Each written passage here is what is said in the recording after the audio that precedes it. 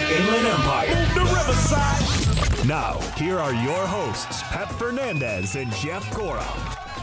It is a brand new day. It is a brand new week, and we're excited to be with you on a Monday. Welcome to the Inland Sports Show on Fox Sports IE, 1350 AM. We missed all of you out there over the weekend.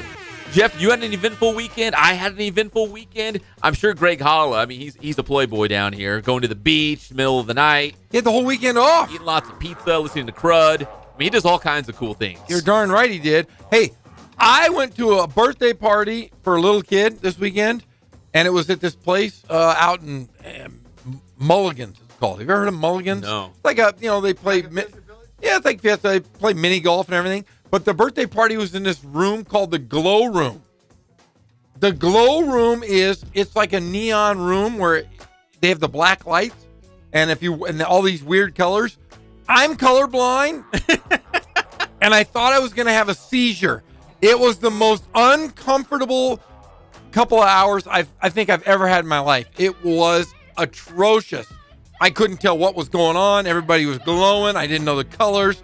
I was so uneasy. I don't know what it was, but I had literally had an anxiety attack at a children's party. Really? Yeah, a real one. Then I need to tell you something. Okay. I'm not going to give away too much here, but over the weekend I took the Fernandez family to see Los Incredibles, The Incredibles, right? I can't wait to see it. Well, there's a warning. What do you mean there's a warning to see a movie? Scary? Before the movie starts, they have a warning right before Los Incredibles. Part 2, that says if you are susceptible to seizures or have a hard time with like flickering lights, that you've been warned before you watch the movie. I'm not going to say anything more. It'll mess with your head. There's a scene where it gets real wacky. I almost cried. I had my family was there. Both my wife's sets of parents, because she has stepmoms, stepdads, and all these things. So I'm sitting there, I'm trying to talk to people. The music was loud. The lights were weird. The colors were, I thought I was if I was an acid trip guy, I felt like I was on psychedelics, and I couldn't handle it was the most uncomfortable feeling of my life. All of your senses, right? All of my spidey senses. senses. Stimulated. It was a nightmare. And little kids running around to boot. And the thing is, the little kids were walking around. Their teeth were glowing. Their teeth and their eyeballs. They look like demon children. My shoes, I was wearing white shoes. I looked like I was a glowworm. It was the worst. Oh, you could see people's dandruff on their shirts were glowing. Oh, man, it was a rough time. Don't ever do that. So with a black light, you'll see everything. Oh, you saw everything. Everything. Oh, yeah. It was definitely strange, but never want to experience that again. There were flashing lights. It was a nightmare. That was my weekend, Pep. And with that, welcome to the Inland Sports Show on Fox Sports IE 1350 AM. We're here every single day from 3 to 6 p.m. We're brought to you by Spoiled. Quick quality oil change. You can spoil yourself. More importantly, spoil your car, your truck, or your SUV. Go get your oil change at Spoiled right there off of Alessandro Boulevard, smack dab between the Riv, hashtag the Riv Raised Me, and Moreno Valley. You guys know where it's at. Off of Alessandro, that's Spoiled. Quick quality oil change. So much to get to today, Coach Gorham. Coach Gorham! You got your whistle on. You were coaching today, right? I was. In fact, I did walk into the studio forgetting that I wore my whistle, but yeah, I was at work in the Mini Highlanders basketball camp. I couldn't ask for more fun. There was little kids, little bitty kids, tiny ones. It was a good time. Got to hang out with David Patrick, all the coaching staff. It was a fun time, and from 9 to 12, I was doing my coaching thing. Did it get the juices going? Like, you know what? I'm going to have to go back to Fox Sports IE and tell Pep and Greg Holla, like, I'm getting back into coaching. I'm giving up the radio thing. Nope. Not at all. Not at all. It's great that, I can do it for 3 hours a day for this week. But I'll tell you what, I think I might have hip dysplasia. Like you have German Shepherds and older dogs. Yes. You're going to have to put me down, Pep, by Thursday or Friday because my hips are sore. Soon? Yeah, I don't think I can last a week. Old Yeller. Old Yeller. Can we try some pain meds first or something? I'll tell you what, I just haven't been up on my feet like that in a long time. And I was walking around going, man, my hips are sore. I have hip dysplasia. I'm like an old German Shepherd. Put me down. Well, it's great to have Coach Gorham back in studio after a long day with the kiddos out there at UCR. We got a lot to get to on this Inland Sports Show. I always love Mondays because you come in, there's so much to digest over the weekend. Basketball, so many big baseball storylines right now with Kershaw and Ohtani, and, of course, the World Cup. But let's start with the very latest on Kawhi Leonard, the pride of King High School right here in Riverside, one of the big names floating around out there in the NBA as we all kind of hold our breath to see what LeBron James is going to do. But I got a feeling, Jeff, and I still kind of believe this, that LeBron James and Kawhi Leonard might go hand in hand. And I believe that because, again, my conspiracy theory tells me that LeBron James will stay in Cleveland and the Cavaliers will find a way. Maybe it's a 3-team trade. I don't know how they do it, but they're going to bring in Kawhi Leonard to the Cavaliers. Here's the latest that we know. It says, according to a person with knowledge of the situation, which always kind of scares me, but we'll go with it anyways, the Cavaliers, they have inquired about Leonard, but there's no traction, as they put it, on a potential deal as of yet. So the two sides are talking, but nothing's imminent. It's not like something's in place. It's a done deal. And with that said, LeBron James has until the end of this week to decide if he's going to re-sign with the Cleveland Cavaliers. So even before next week, when the free agency period will begin to negotiate, we will know, Jeff, by the end of this week. When we come into the studio on Friday before we leave for a week-long vacation, which is going to be awesome, we will know what LeBron James's plan is. Well, I can agree with you as far as, the Kawhi Leonard stuff going east. I think I'm starting to agree with that. I think it's going to be a rental. I do think, though, that LeBron James in 2019, because the Lakers do have a lot of money for next year as well, I think LeBron James is still coming to Los Angeles. I think he doesn't care as much as everyone else thinks that it's all about winning. I think now at the tail end of his career, or the third of his career, the like bottom the third chapter. The third chapter. I think now he's thinking, I need to start setting myself up for the rest of my life. He has a production company out here. His son is possibly going to go to school out here. I think he ends up with the Lakers no matter who they bring in, if it's Paul George or nobody. I think LeBron James is now resigned to the fact that he is going to be a Los Angeles Laker. Whomever wants to help him is fine. But I don't think it's as serious for him to win another championship, if that makes sense. I think it does make sense. I think his legacy is kind of set in stone. He's never going to be Michael Jordan because Michael Jordan's undefeated in the finals. 6-0. Probably would have been 8-0. LeBron is under 500. He's always going to be known as that. Now, if he can win a championship in L.A., that'd be great. But on the other hand, his kids will be out here, his production company, and his family and the way of his life. See, in fact, I don't even think less of LeBron James for getting to 8 straight NBA Finals and only winning. How many did he win? 3? 3. He won 2 with Miami, and they brought 1 to Cleveland. Yes. I don't even think less of him for that. In fact, I almost think more of him because he played on bad teams with the Cavaliers and yet still got them to the NBA Finals.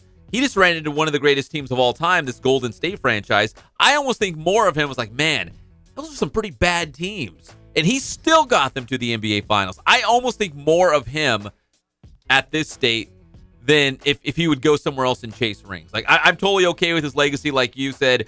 What he's already accomplished, no one's going to take that away from him. I still feel like he's going to stay in Cleveland. And I know it sounds crazy. But they're going to have to make a trade. They're going to have to do something to bring in another big name to pair up with him. Well, I think he's done what he was set out to do, and that was to win a championship for the city of Cleveland.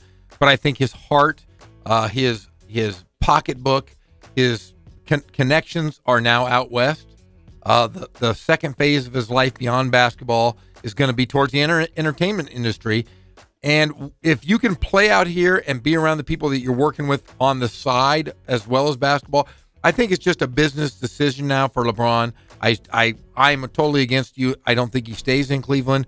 There's no point for him to. He's done what he set out to do. He won a championship, but he's going to come out. I think he still comes out and plays for the Lakers next year. One more item on this item on the menu between Kawhi and LeBron, and maybe they're going to go hand in hand as we go into the offseason here with the NBA.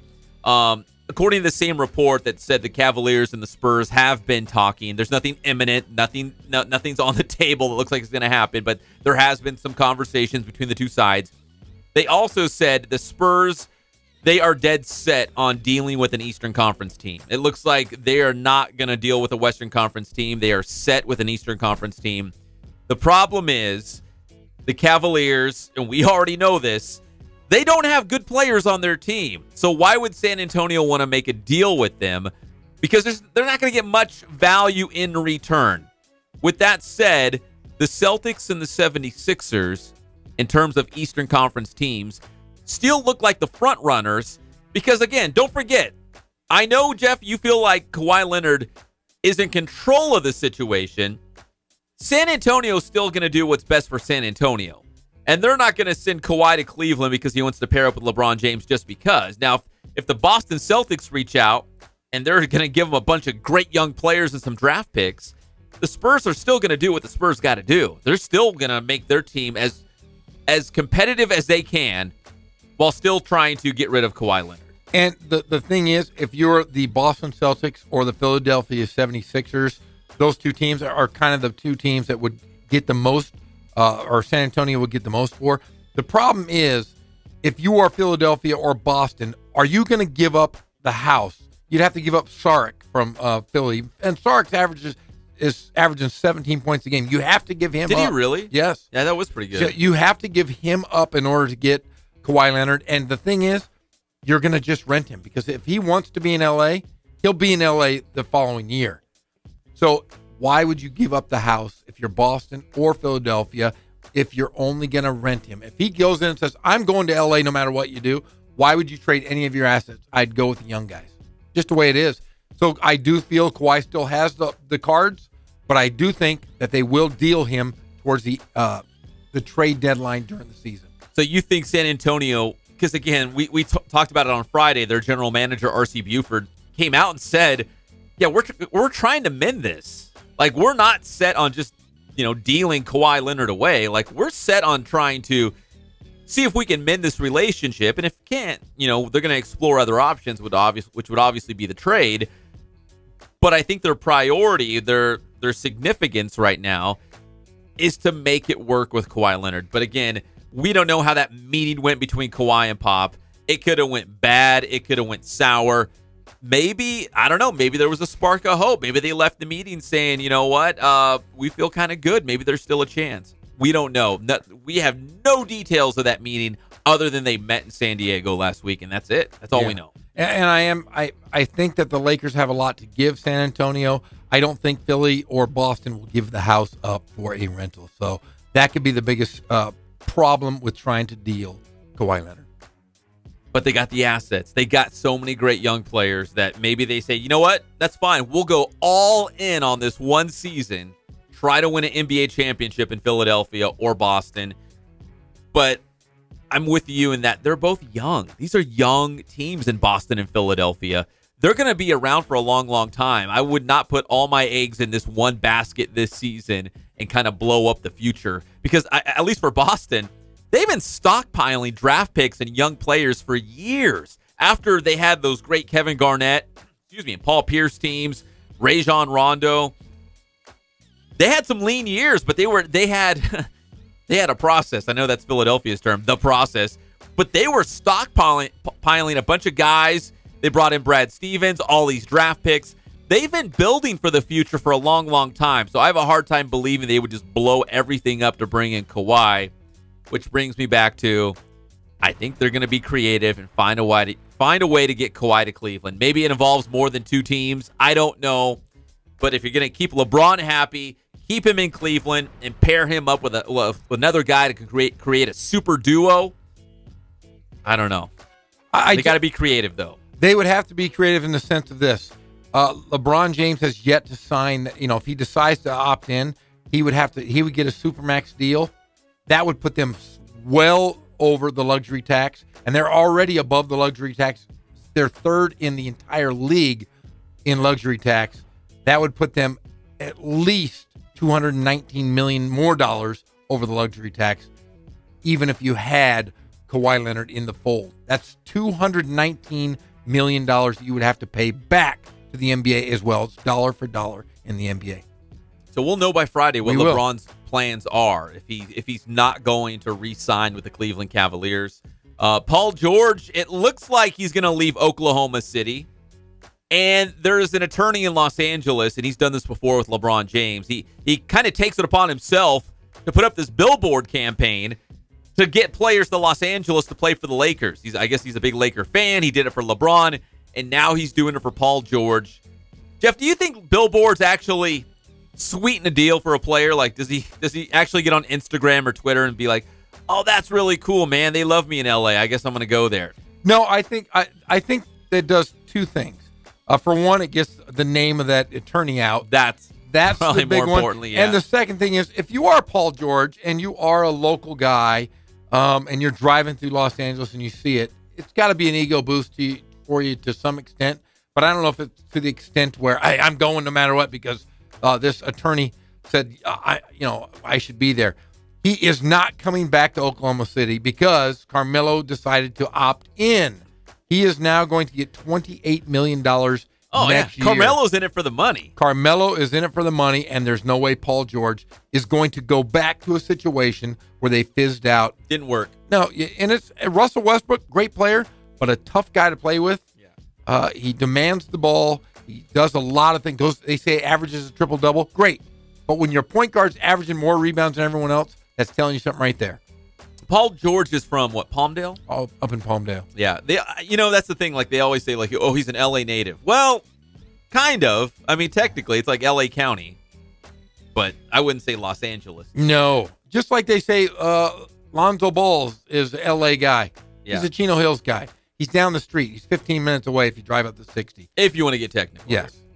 All right, so we'll keep you up to date on the latest in the NBA, not only in this show, but also throughout the week as we stay on LeBron James. What is he going to do by Friday when he can opt in on that huge contract with the Cleveland Cavaliers or not? To baseball, the Dodgers beat the Mets 8-7 yesterday. They had 7 solo home runs that tied a major league record. So that speaks two things to me, Jeff. One is that's awesome. They're swinging the bats a lot better. But secondly, people aren't getting on base. No. 7 solo home runs. I mean, come on, man. Get somebody on board. Bring them around. But that's, again, that's glass half empty kind of guy over here. That's the 7 solo home runs. That's awesome. That's the state of baseball right now, though. It's either strikeout or home run, and that's the analytics. They want it's all on all or nothing, swing right? angle, everything. It's all or nothing. Hey, Jeff, no panic button. No panic. Take button. it out of here. We don't need it. But no. Dodgers how are back. about the Angels? Oh, the Panic Angels. Panic button is in motion, but we heard last week Jim Alexander said their pitching staff is in shambles right now, much like the Dodgers is or was at one point. The Angels just don't have enough guns to pitch. They're scoring runs, just not in bunches because of that pitching staff. No, in fact, the Halos are in action in Kansas City right now. We'll bring you an update when we come back here because it's a makeup game. I think that a game scheduled in April, I want to say. The wacky weather, say they reschedule it. So they're actually playing in Kansas City right now. We'll have the latest on the Halos against the Royals, the latest on Shohei Ohtani. He will be reevaluated this week. We'll also talk more Dodgers as they are opening up a 10-game homestand against the Cubs tonight. And Clayton Kershaw looked kind of okay, kind of a mixed bag of results on Saturday, but the most important thing was he feels good. He was not injured. He's not sore. He doesn't hurt. It looks like Clayton Kershaw is going to be good to go from here on out. And World Cup from this morning, a couple scores to pass along. Saudi Arabia over Egypt 2-1. Uruguay beat the host country, Russia. What I tell you, Jeff, Russia was blowing everybody up. I said, wait, hold on. They haven't played anybody. Uruguay is pretty good, and they beat Russia 3-0. Ha! Commies! Spain, Russian bots! Spain 2-2 draw with Morocco. That's a good result for Morocco. Spain's pretty good. And also a good result from Iran. They tied Portugal 1-1 after the great Ronaldo missed the penalty kick. I shouldn't say missed. He was blocked. The goalkeeper picked the correct side, lunged out, got all sideways and parallel, made a great save. Unbelievable. Yeah, Solskjaer. I watched a lot of it this weekend. You did? I'm starting to get into this World Cup feeling. I am bummed, though, the U.S. is not playing. I'm not going to say that I'm jumping on Mexico's bandwagon because they're our South buddies. You know what bothers me? What Because bothers remember, football es mi corazón, and I Yes. watch all the soccer on Telemundo. you? Yes. And there's a commercial on Telemundo for Wells Fargo, and you probably haven't seen it, but Landon Donovan's talking to this guy, in Spanish, of course, and he's wearing a sweater, Landon Donovan, and he unzips the sweater, and he's got his Mexico shirt on underneath. So Landon Donovan not only did it on Twitter, he also had filmed It's a Wells Fargo commercial. He's getting paid. Pesos. Dolores. He's getting money. Unbelievable. Yeah. Now, I've enjoyed watching. Hey, did you see that Japan, what they did after their match? No. Their fans picked up the trash that they left behind. I've So never did seen Senegal. anything. Senegal did too. Never seen anything like it. That's why I like the World Cup. Is all these little Respect, interesting stories. man. Respect. You got players crying because they're not playing. You got all kinds of great stories. It's like a soap opera. But the coolest thing is we're seeing what the world's really like. There's some good people out there. There are good people out there. You know where there's really good people? At Ken Sporting Goods. They're the best people in the world. KenSportingGoods.com is the website. You can check them out for all of your sporting gear needs. So next time you go to your closet and you're like, where's my mitt? Which I owe you a baseball mitt, Jeff. I got to bring it back. A baseball bat. Cleats for your big soccer match. Shin guards. Ken Sporting Goods can hook it up, and they can do your Letterman jackets as well. Ken Sporting Goods off the 15 and Freeway in Norco off the Hamner. KenSportingGoods.com. When we come back, Jeff, more on the Angels. They are playing right now against Kansas City. The latest on Shohei Ohtani. And Kershaw, he's back after straining his back. It's your favorite show, the Inland Sports Show on Fox Sports IE, 1350 AM.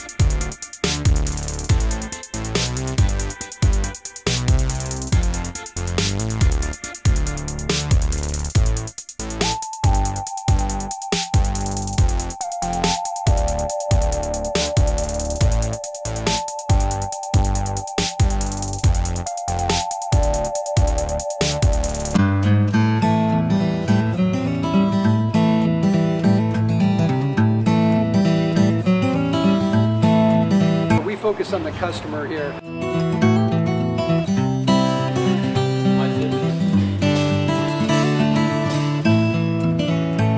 Believe it or not, that is the biggest thing for customers on an oil change. They just want the convenience of coming in, driving in, getting it done, and driving out.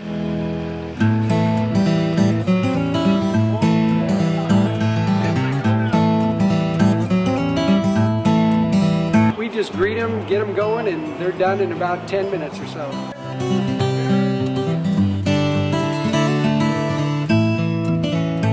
We don't push any sales on them. We do the oil change, and I think that's what sets us apart is our customer service. Vacuumed and cleaned your windshield for you as well. Everything's looking pretty good. Come into us one time, believe me, we'll spoil you and you'll be ready to come back the next time.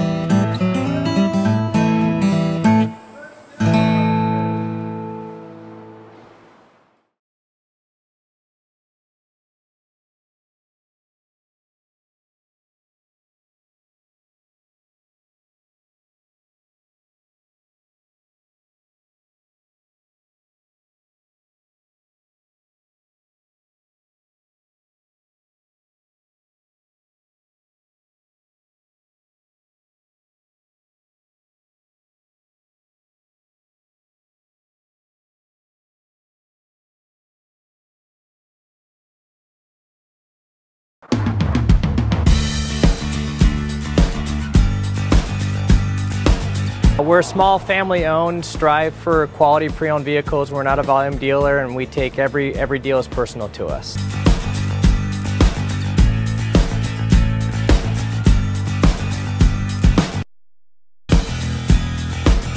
We're a low-stress environment. We're not a pressure sales house. If you want to shop us, you're more than welcome to shop us. We have, like I said, great rates, competitive financing, a lot of one-owner, clean Carfax, clean title vehicles. As you see, we have Carfax everywhere. That's most important to us, to educate our customers before they make a purchase.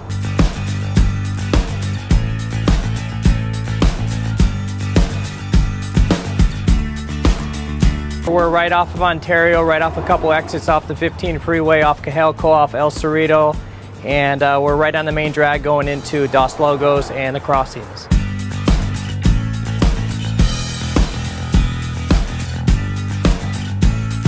We have great financing, we have great lenders that we're using. We do buy, sell, trade, cash for your car. Whatever we need to do to help accommodate the customer, that's what we're here for.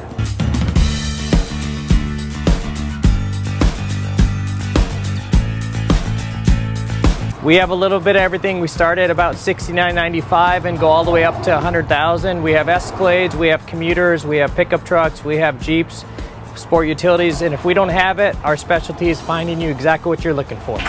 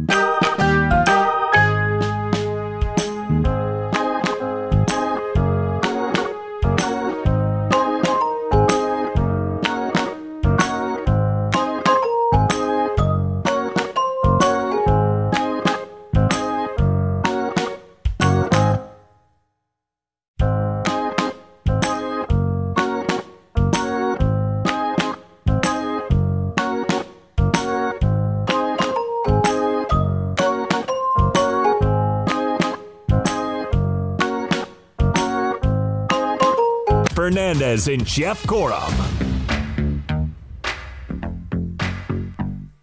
Welcome back to the Inland Sports Show. It's Monday, but we're here every single day from 3 to 6 p.m. live and amplified on the local sports leader. Jeff Gorham, Greg Holla, I'm just Pep Fernandez, hanging out on a Monday, and we're brought to you by Boost Performance Training in Corona with Coach Ray Bass. Make sure you check out our Boost training tips on the YouTube channel right now. Follow them on Instagram and Twitter.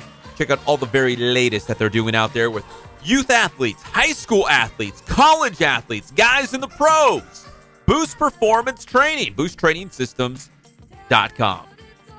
I got your Angels update, Jeff. Are you ready for this? I saw it. You saw the score? Yeah. But I'm going to give you some good news. What? So Kansas City is leading the Halos 1-0 in the top of the 8th. That's the bad news. The good news is the pride of Arlington High School, Lucas Duda, has driven in the run for the Royals. So a local guy, we love Lucas Duda driving in the run for the Kansas City Royals. They are on top of the Halos 1-0. Yeah, but I'll tell you what, the Angels, though, the last few games, they've somehow got a lead, then they end up giving it up. It's sad because they've I'm just so darn tired of it. So sad. Because I watch these games and I sit with my family and we watch them and I go, oh, every single time I get depressed. Right now I'm depressed. It's the middle of the day. I want to be depressed before I go to bed, not in the middle of the day, so I can think about it all night. We've got no Shohei Ohtani. We've got no pitching. We've got nothing. We've got Bupkis. We've got zilch. They'll battle back. They've scored a lot of runs this season. The pitching, they could use some help. And when we saw the starting pitching staff to open up the season, Jeff, it's not a lot of big names. No. If you're an Angels fan, you know these guys.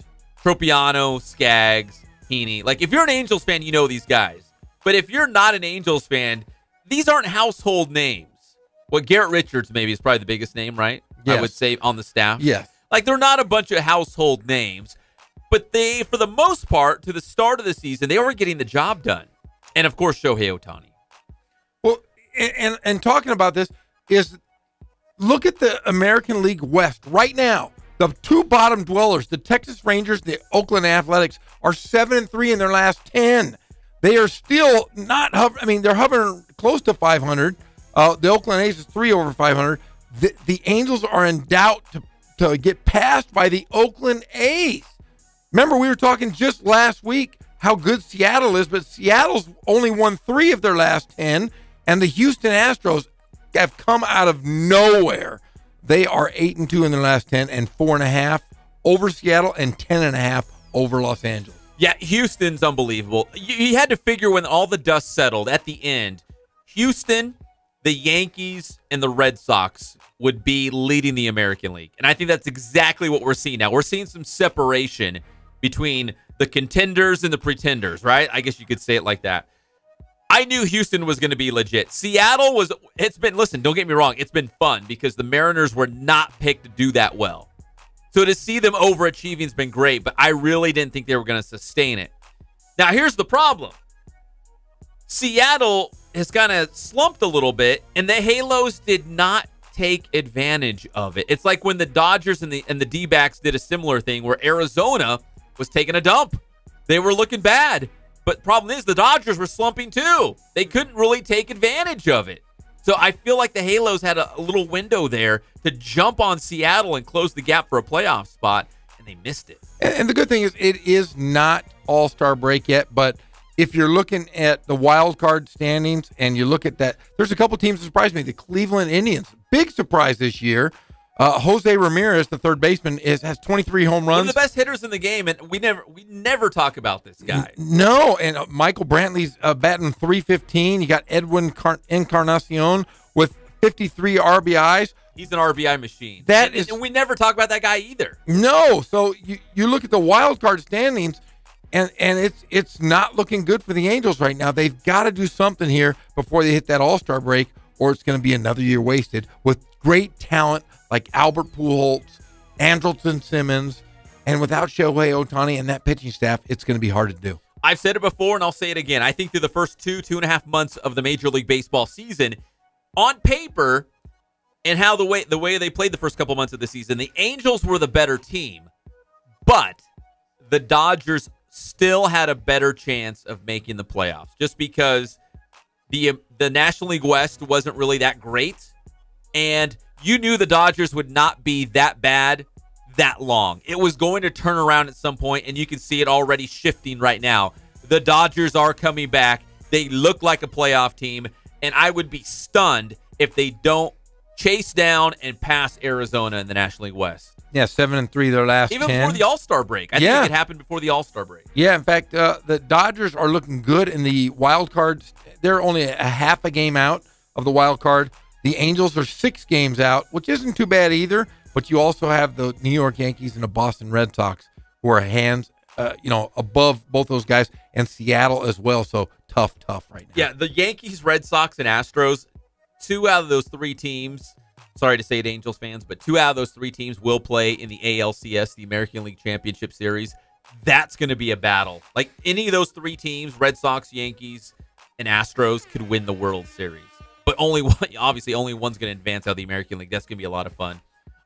Speaking of Shohei Ohtani, we touched on it, that he will be reevaluated this Thursday. 3 weeks ago, he had that plasma-rich injection right into his elbow. He's got that grade 2 sprain of the UCL. It's a ligament in his elbow.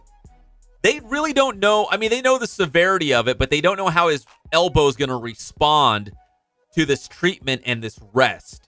So that's why he's going to be reevaluated on Thursday so they can have a better idea. And, Jeff, here's the hard part. They're going to have to treat Shohei Ohtani like 2 different players, because you'd probably treat him one way as a pitcher, but a different way as a hitter. Like if he was just a pitcher and the ligament was that bad, they might say, let's shut it down, either give him more rest or let him have Tommy John surgery and we'll see him next year. But he's also a hitter. And they might look at it and say, you know what? He could come back and hit. He could be back in the lineup. He could still play as a designated hitter. So if you're the Angels, do you kind of roll the dice on him as a pitcher, which could affect him going into next year now, to let him hit? Now, granted, the Angels are probably still in playoff mode. They probably still feel like they can make the playoffs. But if they were a bad team, this would make their decision easier, right? Because they'd be like, you know what? We're not going to make the playoffs this year. We don't feel like we're a World Series team. Let's just shut it down. Let's make sure he's healthy next year. But they're right there on the cusp. They're right. They could put something together and be a playoff team. Now you're like, man, we need Ohtani out there. So what do you do? Well, here's what the Angels, I think their thought process is. After they reevaluate him, they said Thursday, right? Was the reevaluation process. Yeah, this Thursday. If he's going to need that elbow ligament replacement surgery, the best bet would be this. He won't pitch regardless. If he did the surgery today or at the end of the season, he won't be able to pitch till 2020 anyways. It could blow up all of next year. Yes. The longer they wait, the longer it goes into next year. So why not let him bat the remainder of the season if it doesn't affect his pitching motion and it doesn't hurt him, and then elect to have the surgery when they know that they are completely out of the woods as far as the playoff race? Then you might as well do the surgery, because I don't think there's a big difference if you do it now or at the end of the season. He's still going to be out next year. So maybe, depending on Thursday how it turns out, I think we're going to see whether or not he's a pitcher or a hitter the rest of the season. And like everything else about Shohei Ohtani, this is uncharted waters. Like, you've never had a medical staff or a baseball team or a doctor have to say, okay, yeah, he can't pitch. If he was just a pitcher, he's done. He needs surgery, yes, or you got to let him heal for 2 months or 3 months, on his own. Hopefully the ligament would rejuvenate itself. But he's also a hitter. Like, this is unprecedented. Like, this hasn't happened before, so they're having to figure this out on the fly as well. Like you said, I feel like if the Angels still feel like they see themselves as a playoff team and Shohei Ohtani can still hit, maybe you just ride it out, let him be the DH, and he would not pitch. Yeah, I mean, it's a smart move if you are the Angels, because it's not going to affect him. We talked to, Trent Rush told us that the hitting motion wouldn't affect that elbow. We've talked to Jim Clover, and he said it probably wouldn't affect the elbow. So let him work on his craft. He's a great hitter. We've seen him do so much in this early career. Starting off, I'd love to see him get back in the box. And he has actually been in the box. He's been swinging with his one good arm, and he's been looking at live pitches, because even Mike Scioscia said it's so important that the hand-eye coordination remains. You can't just walk away from baseball for a month and expect to just jump back in the batter's box and see live pitching, fastballs coming in at 95, 96 miles per hour, and feel like everything's going to be okay. So he has been in the batter's box, and he has been seeing some live pitches and swinging with his one good arm, not two hands on the bat, just one hand on the bat. So he has been, doing those sorts of things to kind of stay ready, I guess you could say. So if the doctors give him the green light, he'll be ready to go. Can you imagine, though, if he rehabbed with the 66ers, if they sent him down for one minor league game to kind of get his swings back in? I would be there. Would you give him a fist bump? I'd give him a fist bump. Like you did Mike Trout? You're darn right. But there is some hope, though, for the Angels. Garrett Richards, who's had that left hamstring strain, he's probably going to start throwing off the mound in the next few days. Tyler Skaggs with the right hamstring is supposed to throw a bullpen session Saturday, which means he'll probably start next week sometime. And then the second-round pick out of UCLA, Griffin Canning, he threw 4 scoreless innings in his AAA debut in Salt Lake. Yes. So he has a shot to come up. Jeff, that's the guy. He was the opening day starter for the 66ers this year. Right. And I told you, this guy is a star. If you're an Angels fan, go out there and see him. He was only with the IE 66ers for maybe a month, and they got him out of there. He was too good. Yeah, he threw 4 scoreless innings, and Sosa says he's very excited, and there's no timetable. He could come up at any time. He's a stud to get a shot. He's going to be a star. We'll have the latest on Ohtani as well as Clayton Kershaw throughout this show and into this week, as both are kind of on the mend. Kershaw's bouncing back, and who knows what's going to happen with Ohtani. When we come back, some NFL news. Tom Brady can't sing. We'll be back. It's your favorite show, the Inland Sports Show on Fox Sports IE, 1350 AM. How you guys doing? Coach Bass here. We're back at the BPC continuing our series on building power. Today we're going to demonstrate a speed squat, and there's 3 aspects of this. There's a slow eccentric, an isometric, and a fast concentric. Now, concentric is going on the way up, and it's got to be fast and explosive as possible. So what Zach's going to do, he's going to get under the bar. All right, those thumbs around Zach. All right, he's going to go ahead and lift off. He's going to give me a 2-1-X tempo. He's going to go down slow, pause, then fast up. Good. What I'm really looking for here is bar speed. All right, that pause. And like I said, we're working 3 different elements of strength, right? We got that slow eccentric on the way down, that pause, and then fast up. This is a great drill to turn all that strength gain in the offseason to power. So like I said, this is a great drill that actually works on 3 different aspects of strength. All right, we got that slow eccentric going down. We got that isometric pause, that fast concentric going up. So while it maximizes power, we're still hitting 3 different elements of strength. We do it right here at Boost. Today's tip is all about the speed squat, and what I want to talk about is how we progress this exercise here at Boost. So we showed you guys a 2-1-X tempo that was going down for 2 seconds, pause 1, and then that fast concentric coming up. So what we'll do is over time, we'll play with the tempos a little bit, and we'll go from a 2-1-X to a 1-1-X tempo, going down 1 second, pausing for 1 second, coming up, or we'll go with an X1-X tempo with a quick eccentric, isometric contraction, and then we'll come up with the fast concentric. So a lot of different ways that we like to progress our athletes. Building strong and powerful athletes is what we do right here at Boost. Grind hard, stay solid.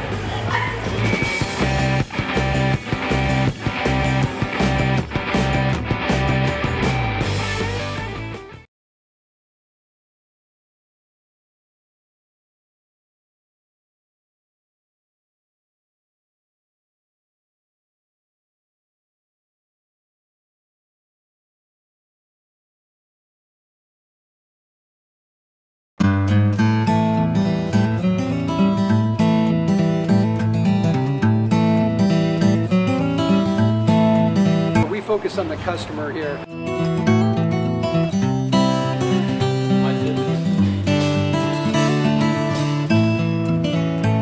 Believe it or not, that is the biggest thing for customers on an oil change. They just want the convenience of coming in, driving in, getting it done, and driving out.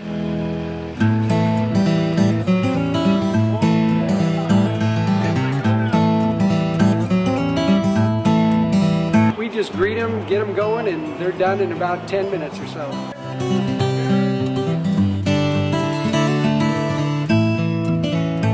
We don't push any sales on them. We do the oil change, and I think that's what sets us apart is our customer service. Vacuumed and cleaned your windshield for you as well. Everything's looking pretty good. Come into us one time, believe me, we'll spoil you and you'll be ready to come back the next time.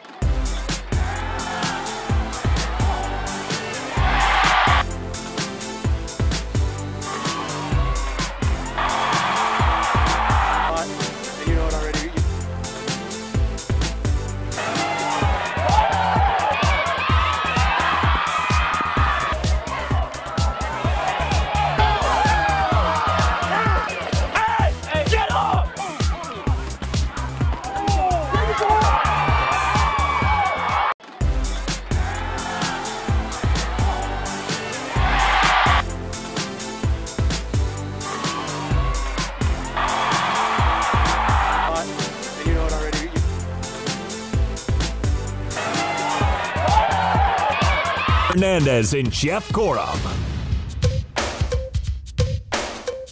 Welcome back to the Inland Sports Show on Fox Sports IE, 1350 AM. Greg Holland's got his Sour Patch. All is right in the world. And we're brought to you by Catalano Motors in Corona off of Temescal Canyon Road. So the next time you need a new car, truck, SUV, sports car, minivan, you mention the Inland Sports Show at Catalano Motors in Corona, you get $500 off. It's that easy, and it's very, very real. So you want money off? You want to save thousands? Just mention the Inland Sports Show when you go to Catalano Motors off of Temescal Canyon Road in Corona. CatalanoCars.com is their website. So we're going to get to Tom Brady singing in just a moment. Can you sing, Jeff? I sing wonderfully. I am the best. You know what? That should be my second. I don't believe him. Greg Yeah, I can't sing at all. I'm the worst. I'm terrible. But I do love to sing. My children love it. My wife hates it. Do you just sing like what, in the shower? I sing everywhere. I sing, you name it, I'll sing it. I'm karaoke machine. I love it. So does Tom Brady. Yes. We're going to get to that in just a second. But could Tim Tebow actually come back to football? No! I know our colleagues down in San Diego, every single day they're talking about this. Was it the Alliance of American Football? Yes, that's the new league. They've got teams in Orlando, Birmingham, San Antonio, Phoenix, San Diego, Atlanta, Salt Lake City, and Memphis. So our friends down there, Mark and Rich in San Diego on Fox Sports 1360, they go nuts every single day talking about this new San Diego team, which, do they have a head coach yet or a name? I don't even know if they've got a head coach or a name. I'm not too sure, and I'm not too sure where they will play. I don't either. I don't. Qualcomm, maybe? I'm assuming. I don't know. That's a big place, though. That's a big place, and that's a big building. That's a big rental. If I was a betting man, I would say that San Diego play at the University of San Diego. USD. Yeah, great call. Great stadium, perfect size, not overwhelming where you have to fill it up. Great place. Don't know much about the San Diego team, but we do know the Orlando team will be coached by the old ball coach, Steve Spurrier, the former head coach of the Florida Gators. And he wants to get the band back together. He said he'd love to get Tim Tebow as his quarterback for the Orlando team of the, the Alliance of American Football. I'll make sure I'm getting this right. But here's the deal. Spurrier actually already reached out to Tim Tebow to play quarterback for his team. He did? He's already reached out to him. Spurrier went on the record and say, yes, it's true. He reached out to Tim Tebow to play quarterback for Orlando. But Tim Tebow is not ready to give up on baseball. He says that if baseball doesn't work out, then that's a chance. There's a chance there, but right now it's all baseball, 100%. There's no turning back. He's all in right now on baseball. Right now he's in Double-A with the New York Mets, and through 63 games, he's actually not doing too bad. He's hitting .256 with 5 home runs, 11 doubles, and this is Double-A baseball. You could argue that Double-A is the most difficult level of all of minor league baseball. He's doing pretty well. He might be on the New York Mets pretty soon. I'll tell you what. Telling me there's a chance. There is a good chance. Hey, a lot of people knocked Tim Tebow. A lot. He was a very good NFL quarterback. Not a great NFL quarterback, but he won ball games. He's a winner. He is a winner. I don't care if his pass looks like a wobbly duck in the air or his mechanics are off. I just want to win. I don't care what it looks like. I just want to win, right? And that's what Tim Tebow was. Yeah, and the thing about Tim Tebow is a lot of people don't understand is they look at him as a face. They look at him as the guy that speaks of abstinence, speaks of being a Christian. But here's the one thing that he does more so than anyone. He works so hard at being great at everything. Yes. He works his tail off. He's, like you said, he's doing well in Double-A. I would not be surprised if Tim Tebow will get a drink of water in the major leagues. He's got to. The Mets, remember, the Mets were like the best team in baseball for like the first, 2 weeks of the season? Yes. They were red hot. They're tanking. They're not going to be very good down the stretch. They could use Tim Tebow to put butts in the seats come the latter half of the season. And I think at least based on those numbers, you couldn't really argue that, no, he doesn't deserve it. He's holding his own at Double-A. I mean, give him a shot. Why not? People are going to come out to see him. It's going to be tons of publicity for the New York Mets. Just do it. See what he's got. And what bothers me the most is this is 2 years now, right? This experiment is 2 years. He's batting .256 with 5 homers and 11 doubles. 11 doubles, and that's incredible for a guy that hasn't picked up a baseball since high school. If he is this good in 2 years, really playing pro baseball, and probably not getting a whole lot of pitches, because you don't want to be the guy that giving up dongers to Tim Tebow. He's probably not seeing great pitching. Would you agree there? Probably. But if he's playing in the major leagues, guys have egos. They're going to want to throw it right down the pipe. And I want to see him do well because he works so darn hard. I'm a Tebow fan. And I'm not a huge fanatic of him, but I think you got to give him a shot. Everybody talks bad about him because he does represent a lot of what's good, and people aren't happy with those things anymore. They don't want to see a guy who's clean cut do well. That's just a weird thing we have right now in society, but I'm one of those guys that wants him to do well. I think he needs to give baseball a complete shot. It's not a Michael Jordan thing. This is a legit athlete who's showing great strides in 2 years in Major League. Great winner, great competitor. I like everything about Tim Tebow, and I think at this point, I know a lot of people when he first started thought it was a publicity stunt. Oh, it's just Tim Tebow, and this minor league, the Mets are going to get a lot of attention for doing this. He's hitting .256 with 5 home runs, 11 doubles in Double-A. At this point, I'm like, okay, maybe he can play in the major leagues. Just stick him up there, see what he's got. So, anyways, that's Tim Tebow. You want to hear Tom Brady sing real quick? Mo Brady's brother. What did Tom do? All right, so here's the deal. Tom Brady was at a U2 concert. Okay, that's his biggest problem. Don't go to U2 concerts. I'm not a U2 guy. No. Not even a little bit. No. But he was there with Gisele Bündchen, and he was singing his little heart out. His old 40-year-old heart. He was? He was. I have not heard this yet either. Let's play this and hope for the best. This is Tom Brady singing at a U2 concert in Boston with Giselle. Let's take a listen. It's gonna get good in a second.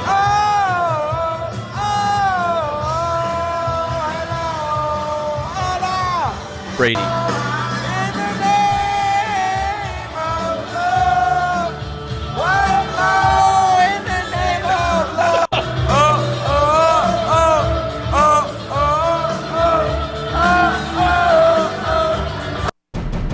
Wow. Brendan, I can't even make eye contact with you right now. Yeah. Your voice is like a combination of Fergie and Jesus. It sounded exactly like that. He sounded just like Bono. Isn't that his name, Bono? And he had that like a skull cap on, those real tight beanies. Like he looked the part too. He was loving it. I'll tell you, Tom Brady and Bono sounding good together. Oh, do you lose any respect for your boy Tom Brady? I have always lost respect for him. I'm not a Tom Brady fan, but he was singing with Bono. He was, along with him. Yeah, he didn't have very good seats. He must have been in some like private suite at the top of the arena. He's wealthy. Good.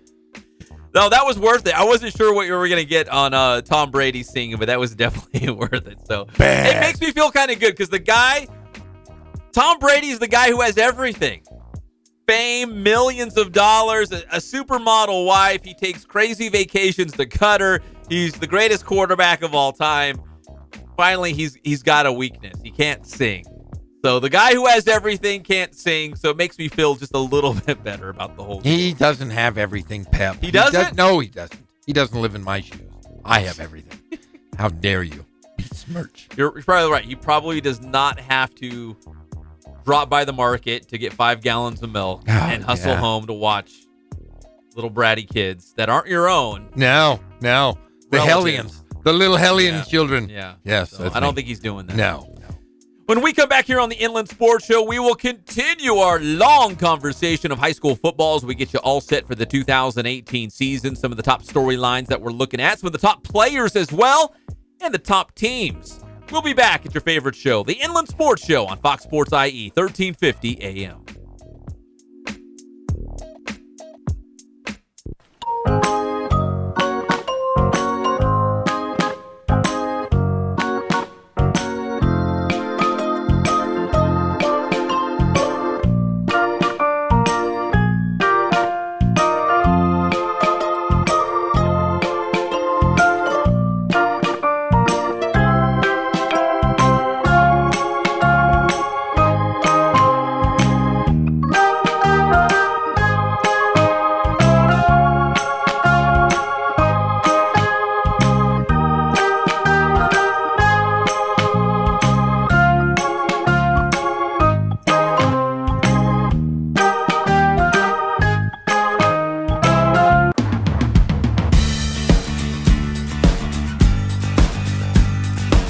We're a small family-owned, strive for quality pre-owned vehicles. We're not a volume dealer, and we take every deal as personal to us.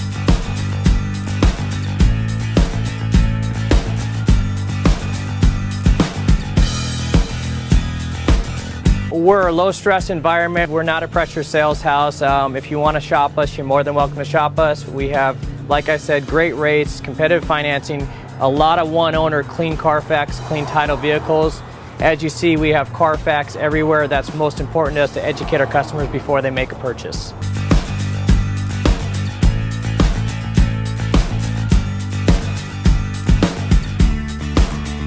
We're right off of Ontario, right off a couple exits off the 15 freeway, off Cajalco, off El Cerrito, and we're right on the main drag going into Dos Logos and the crossings.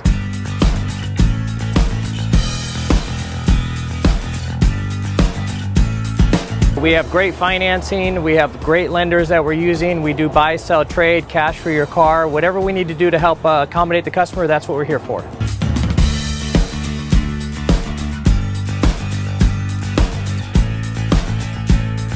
We have a little bit of everything. We start at about $69.95 and go all the way up to $100,000. We have Escalades, we have commuters, we have pickup trucks, we have Jeeps, sport utilities, and if we don't have it, our specialty is finding you exactly what you're looking for.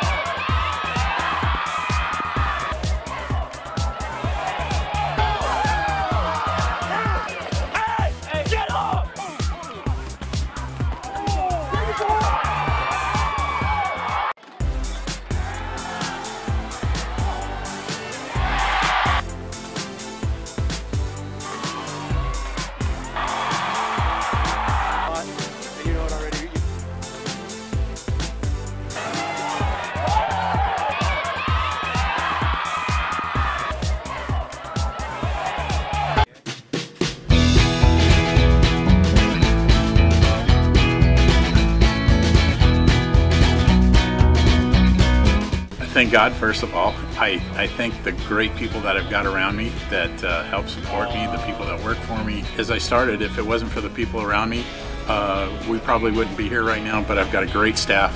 I've got great people that do stuff for us outside the store, and we've been very, very fortunate.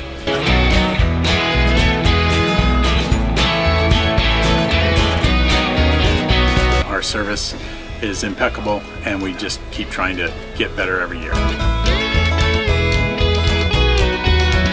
We can do online stuff for your teams, as well as, like I said, the screen printing, the embroidery. We also have 3 women that do extra sewing for us, like tackle tool on uniforms, or the bling or rhinestones for different shirts for the ladies.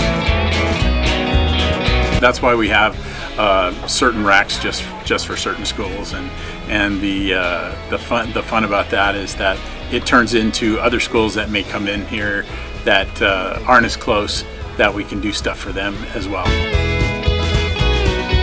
We've had very, very good customers throughout the years, and it's just been a blast.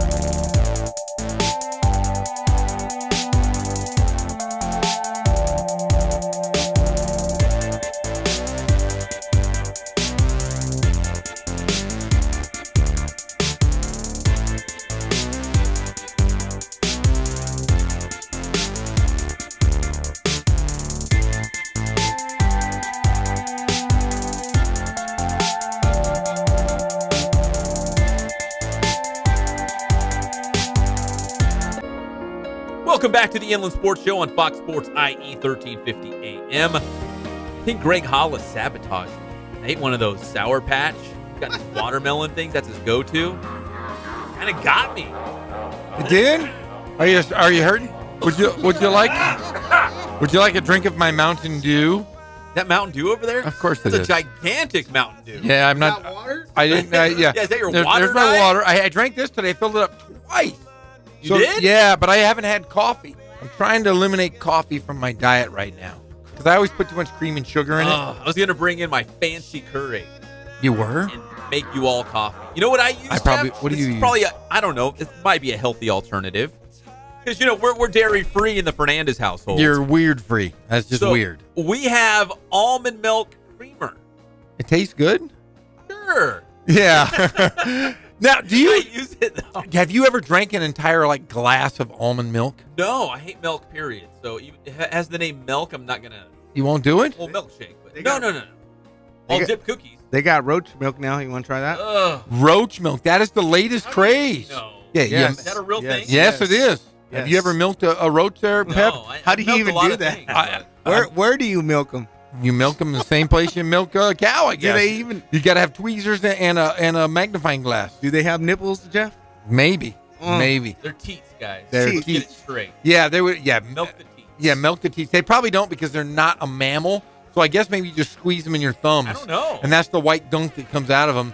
That all their guts I've got friends who in have, low places. in very low places. Okay. The dairies out in the San Jacinto area. Yes. I'd love to take you guys on a field trip. We get out there milking cows. I would love it. That would be my highlight of my life right there is to squeeze some teeth off of a cow. I bet you I could throw Fresh a gallon. milk. When you were doing it, could you get gallons and gallons from one cow? How much does it, or is it an 8-ounce cow? I don't know exactly how much came from each cow because what you do is you clean them off. It's called prepping the teat. Yeah. So you clean them off because listen, cows are nasty. They're gross. They lay in all these different things. They get gross. So you have to clean them off. All right. And then you take the teat and you get the milk going. So the milk's coming out. And you're squirting them in those metal buckets. Well, no, that's old school. Oh. You're picturing old school out on the prairie on the Ponderosa. I always picture dirt. No, in it's there. all mechanical. So you prep it, you prep the teat, you get it going, and then you take the machine and you hook it up to the udders. So it's sucking the milk out, and you can see there's a round, So almost like a clear glass. So you can see the milk coming in. so have you manually milked the cow though?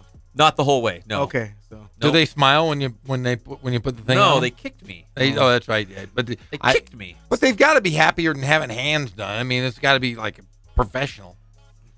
I would say it's probably uncomfortable for a cow not to be milked because it's normal. They got to get it out. Remember I told you the story Yeah. about I had to call my dad because he used to milk cows when he was younger, and he had to come and squeeze all the mastitis out of the cow because God. it clogs up the ducts. The milk Oh, stop talking. Everybody's driving and so and, what and happens turning to the over cow right if you don't milk it? mastitis, it builds up. It turns into Oh. cottage cheese. They- You gotta Oh. you gotta squeeze it Oh. all out to Cottage get the milk cheese. running to the Oh. ducts again. Hey, it's a family affair. When are your daughters going to start milking cows? You have to. You've got to keep it alive in the family. Yeah, I never thought about that. You I have don't to. know. If you don't, then that will end. That is your. You know what? Tradition. That is your tradition. You know what? I got a pretty big piece of property. If I could build a fence, there might be some cows on there. It's a win. It's a win-win because your daughters can milk the cows, and then Jeff can take the milk for his Yeah, because we can't 6 drink gallons. it. We give it to you. Oh, yeah, but Fresh milk. You got to process it and That's stuff. right. Oh. Because you got 5 gallons of milk in your house at all times. Always, 4 always. And guess what? I have to go to the store today on the way Very, home. very low. Yeah. Dangerously low in the Gorm. But now I'm never going to eat I'll cottage do cheese it again. I'll do it. For the Gorm family, I'll do it. All right, with your daughters, they need to continue that trade. And then when their kids, when you're a grandpa, Pep, and there's little ones, you got to make them do it. You've got to pass this along. This is something, if you don't pass it along, you are not doing a service to society or the world. It's just ironic that we're dairy-free. You're the non-dairy family. But you eat ice cream, right?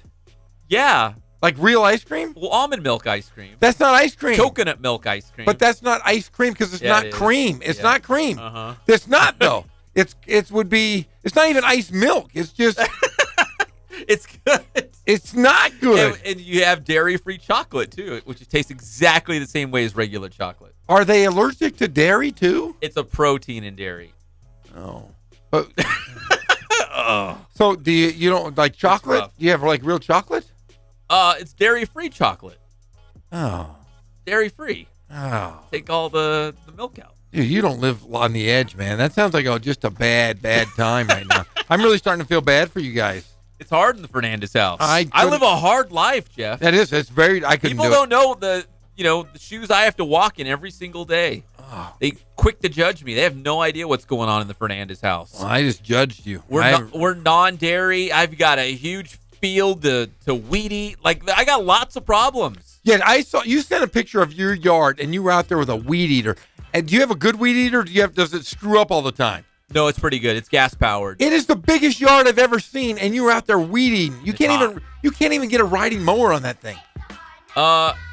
It is a hard mower. I'll buy you a riding mower. Life is hard. I'm going to buy you a riding mower. Except you know what? I'd be worried there's rocks and stuff.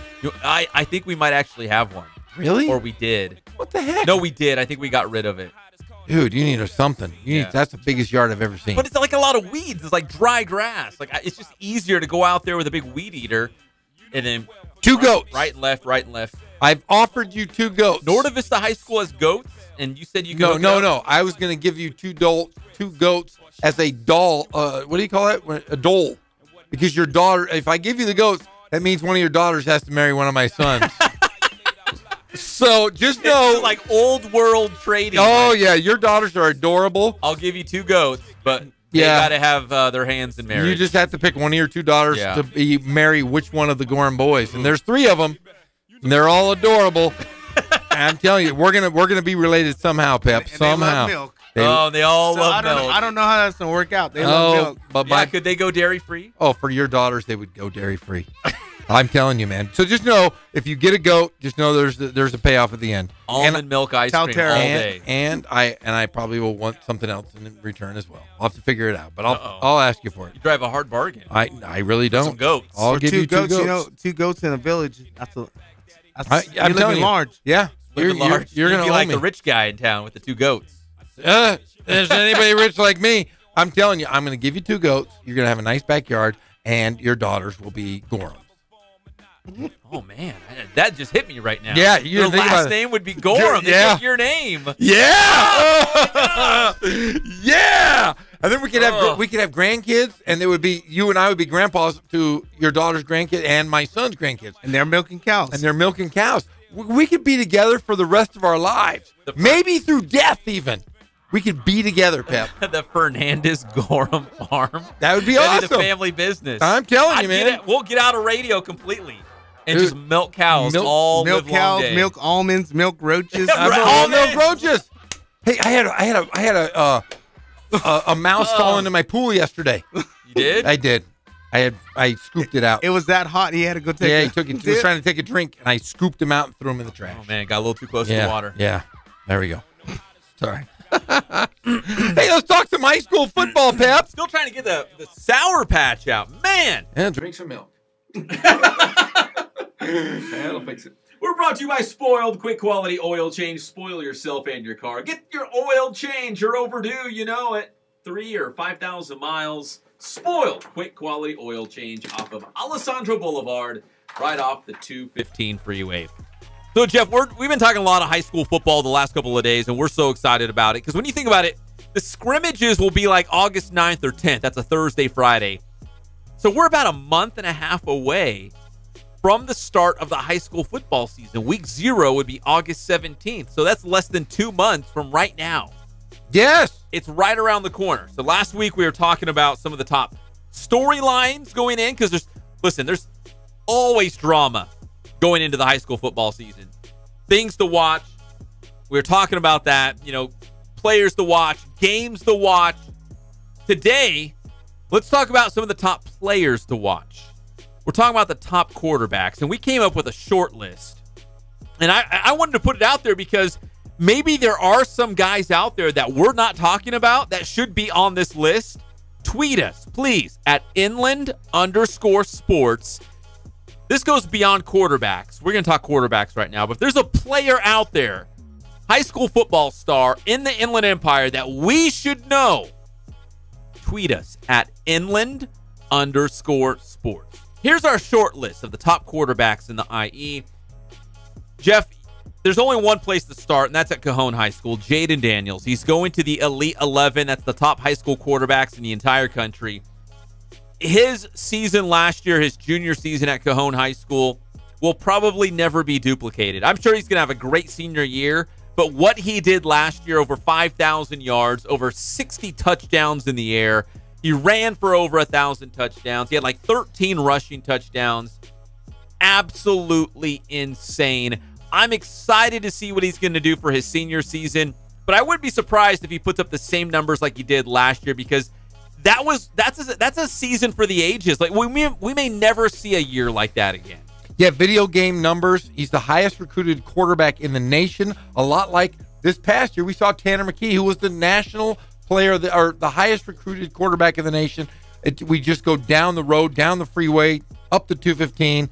Jayden Daniels is that guy. He's getting recruited by everybody. I hope he stays out west, goes to either Utah or UCLA. Those are my two favorite schools. I'd love to see him play, but he is a superstar. And Cajon's really good again. Like, he could lead them to another CIF title. I think they're probably one of the favorites in Division III. And I would not be surprised to see them back in a state championship game. And I guess it would only be poetic. As a senior, he's been a 4-year starter now. He'll be a 4-year starter. It would only be poetic to see him go out with a state championship. I guess that would be the fairy tale, ending for Jayden Daniels. Yeah, he would. Just think of it this way: a high school kid that will get 50-plus starts in his career. 50-plus starts is unheard of. He's going to break every record in the record book, and he's one of those, a very dynamic player with both his arm and his feet, and he's a very intelligent young man. A couple of the top quarterbacks here in the Inland Empire, of course. Right behind him is Hank Bachmeyer at Murrieta Valley. He's had some great targets, some great offensive weapons with the Nighthawks. I think this year it's really going to be his time to shine, because last year they had Marquise Spiker. They've had some great receivers that were getting a lot of attention, Division I offers. Now we're going to see what Hank Bachmeyer is all about, if he can elevate the level of play of the guys around him, because it's really going to be his team, his year. He is the guy at Murrieta Valley this season. Well, Hank Bachmeyer loses his offensive coordinator to Rancho Verde. Oh, that's another great point. Pete Duffy's at Rancho. And you have the best receiver in the history of California is no longer there, who scored more touchdowns than anyone, but everybody has talked about this guy's arms for the last 3 years. He is a mature senior, has been a starter, like you said, for the last 3 years, 4-year starter as well.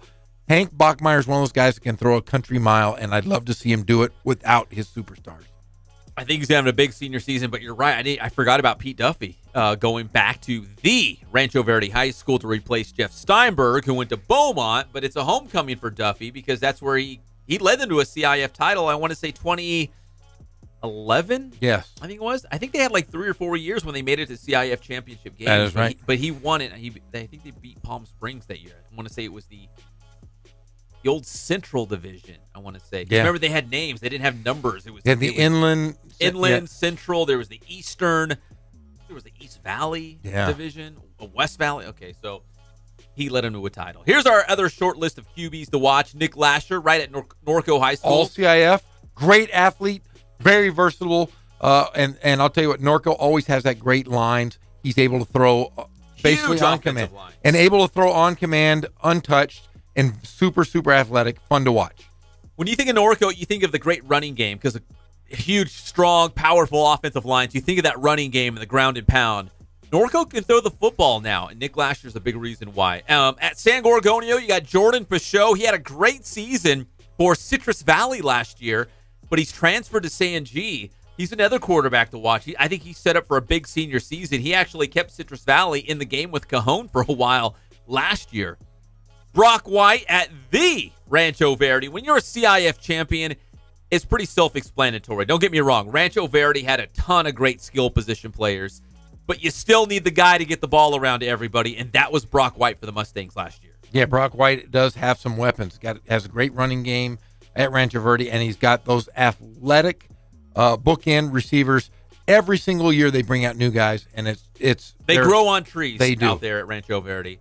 And then finally, how about Jacob Barlage at Valley View High School? Remember, as a sophomore, he helped Valley View win CIF. Went to the state championship. Were you there? I was there. You and I called the game against it was at San G. That was the regional. They beat San G in the regional, and then they played Bishop O'Dowd for the state championship. Were you? I think you were there at that one too, at Valley View, wasn't it? Yes, it was. We didn't call the game, but we were there. We were there. So now he's a senior.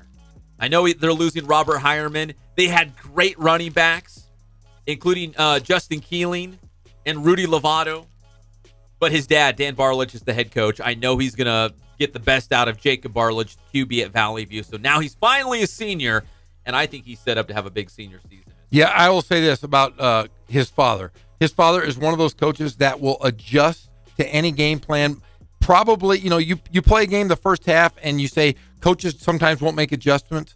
He makes adjustments every single game based on the teams he plays. They've changed their offense. We saw that versus San G in the regional. He will do a great job, and I'll tell you what, he's poised to have a good season because he's been there. He's got the confidence. He's got the size and athletic ability to be one of those special quarterbacks in the area. And again, if there was a quarterback on this list that we did not mention, or maybe any position, it doesn't matter. If there's a player out there in the IE that we should know about, that we need to be talking about right here on the Inland Sports Show, please follow us and tweet us at Inland_sports. That's Inland_sports on Twitter. Tweet us. And we'll read your tweets live on the air. We do it all the time. Top QBs in the IE. We want to hear from you. Top players overall as well. We're brought to you by Boost Performance Training in Corona with Coach Ray Bass. Follow them on Instagram. Follow them on Twitter. They got a strength and speed class on Saturday mornings. Go check that out. You're going to see great results. Bigger, faster, stronger. Get that scholarship. Maybe make varsity, starting job, all the good stuff. And athletes of all levels and all sports, everyone is going to Boost Performance Training. When we come back, we will continue the high school football talk. We'll talk about some of our dark horses. Jeff loves a good dark horse. And maybe some of the best matchups that we're looking forward to this upcoming season as well. You want to know my dark horse? I think I know your dark horse. What's up, Colton? We got you. We'll be back. It's the Inland Sports Show on Fox Sports IE 1350 AM. You can't keep me.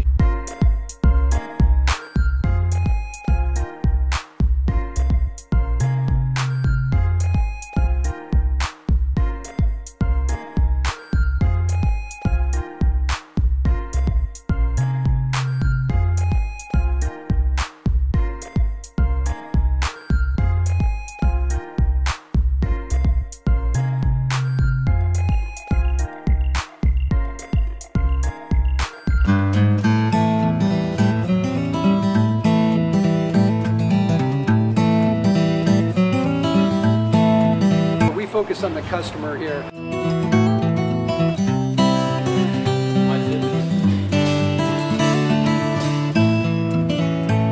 Believe it or not, that is the biggest thing for customers on an oil change. They just want the convenience of coming in, driving in, getting it done, and driving out.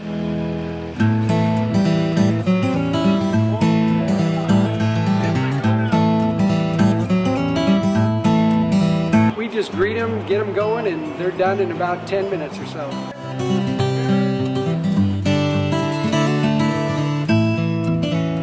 We don't push any sales on them. We do the oil change, and I think that's what sets us apart is our customer service.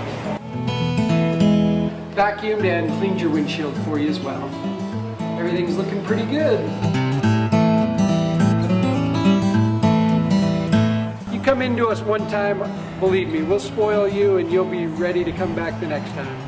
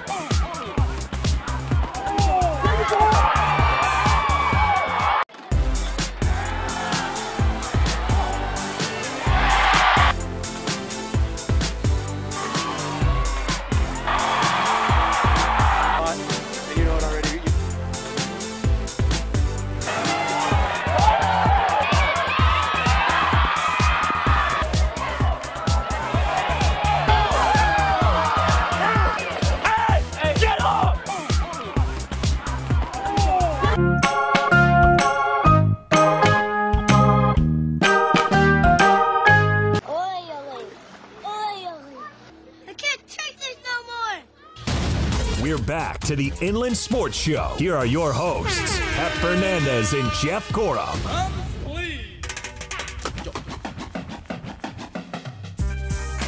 Welcome back to the Inland Sports Show on Fox Sports IE, 1350 AM. You know, I don't think we mentioned it on the show, but it is technically summer, right? June 21st. Summer solstice. First day of summer, right? Yes. So welcome to summer, everybody. It is. Well, it's wasn't the 21st? Was it 21st? Yeah, it's the 25th though today. Yeah, I'm just saying, like. Yeah. Hey, yeah. So it is summer. I'm gonna be out and I'm gonna wear my flip flops. What show? I'm gonna be shirtless for the rest of the summer. So if you guys ever want to come see me at my house, I'll be shirtless. Fantastic.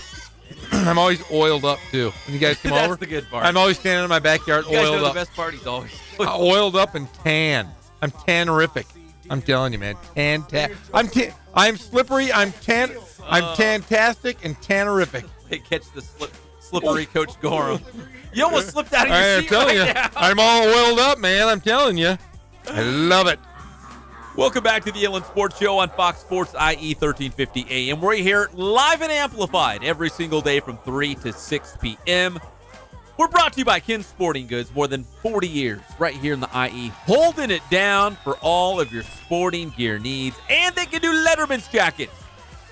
They can hook it all the way up for you and your entire team or your business. Ken's Sporting Goods off the 15 in Norco, kensportinggoods.com. Jeff, you always love a good dark horse, right? What do you love about the underdog, like a team that comes from out of the blue to turn some heads? Well, I like to see teams that you don't ever talk about, and everybody says, oh, you know, the high school teams. You'll say, okay, Centennial's great, Cajon's great, Rancho Verde's great, but it's always nice to see a team kind of come out of nowhere, and they don't need to win a championship, but just to improve so much. We saw it with Arlington last year. We've seen it with a number of teams locally. I love to see teams that play well together that were kind of under the radar. Now, we have a short list of a couple teams here that could be dark horses this upcoming season. If there's one on there, Jeff, that you can think of that's not on there, not named Colton, go ahead. We'll throw it out there as well. But a couple dark horses, and we'll tell you why. One would be, I'll say Beaumont with Jeff Steinberg. He's had a lot of success everywhere he goes, coming off a CIF championship in Division III with the Rancho Verde High School.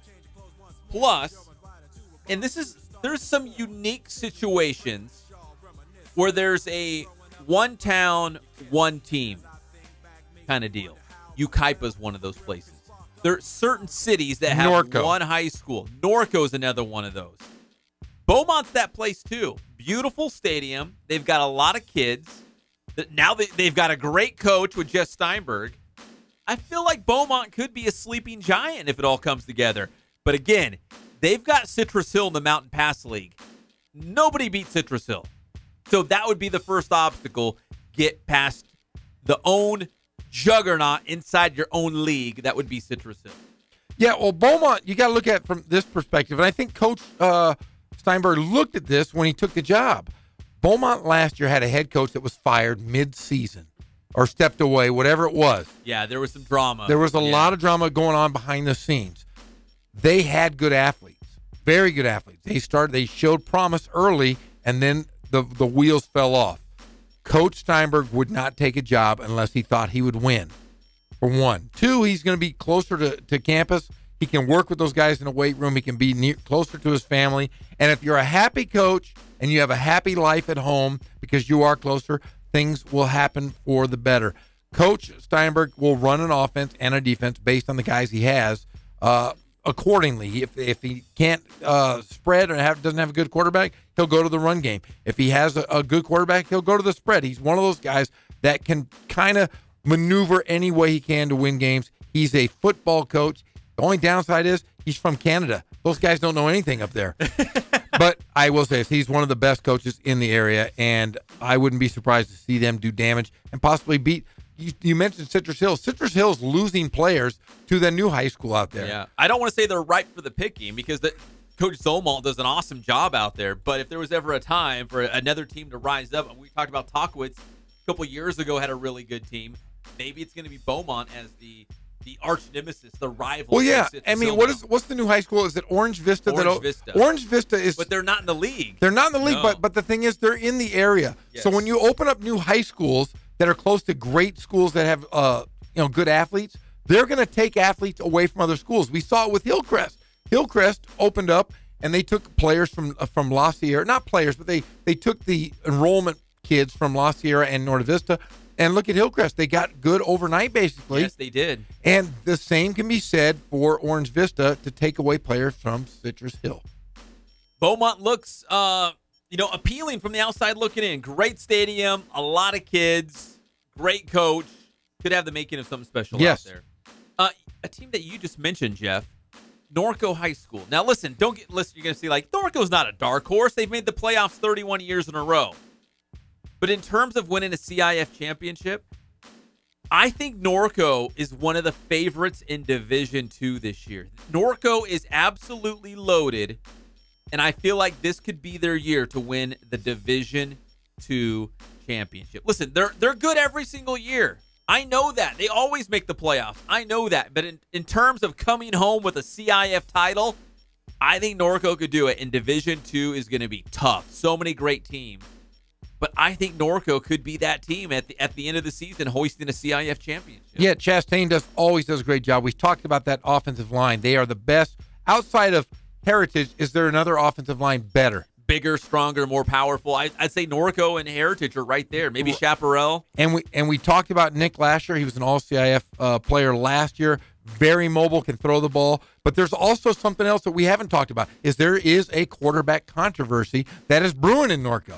There's a player, Shane's Illingsworth, who was started off at Centennial, was playing behind Tanner McKee, figured he wasn't going to get the reps, transferred to Corona. Corona didn't work out, goes to Villa Park. Villa Park doesn't work out, and now he's at his fourth high school in a calendar year, but he is an athlete. He's about 6'6". Probably He goes. looks the part, right? He is the eyeball test. That's the question. He's got the eyeball test. He's got the arm. He's got the size. He's got the strength.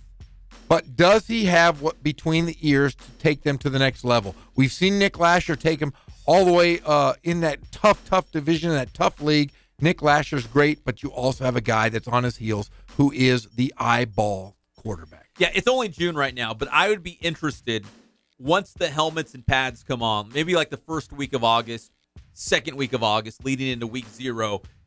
Who's going to be the guy? Are they going to platoon? Are they going to do both? I don't know. Is Illingsworth out the first 5 games of the season? These are a lot of question marks. I just don't know about Norco High School. But regardless, they're going to be really good. Going to be good. And I think they're going to make a run at the title this year in Division II. Just my hunch. Good call. A couple other teams real quick in this segment at least. Citrus Valley. Citrus Valley now has Kurt Bruick. And there's one thing I've always said when I'd go out to a Blackhawks game or practice. They always had numbers. For varsity, they always had 80 guys out, 70, 80 guys. They always had great numbers. And they had, like you just said, the eyeball test.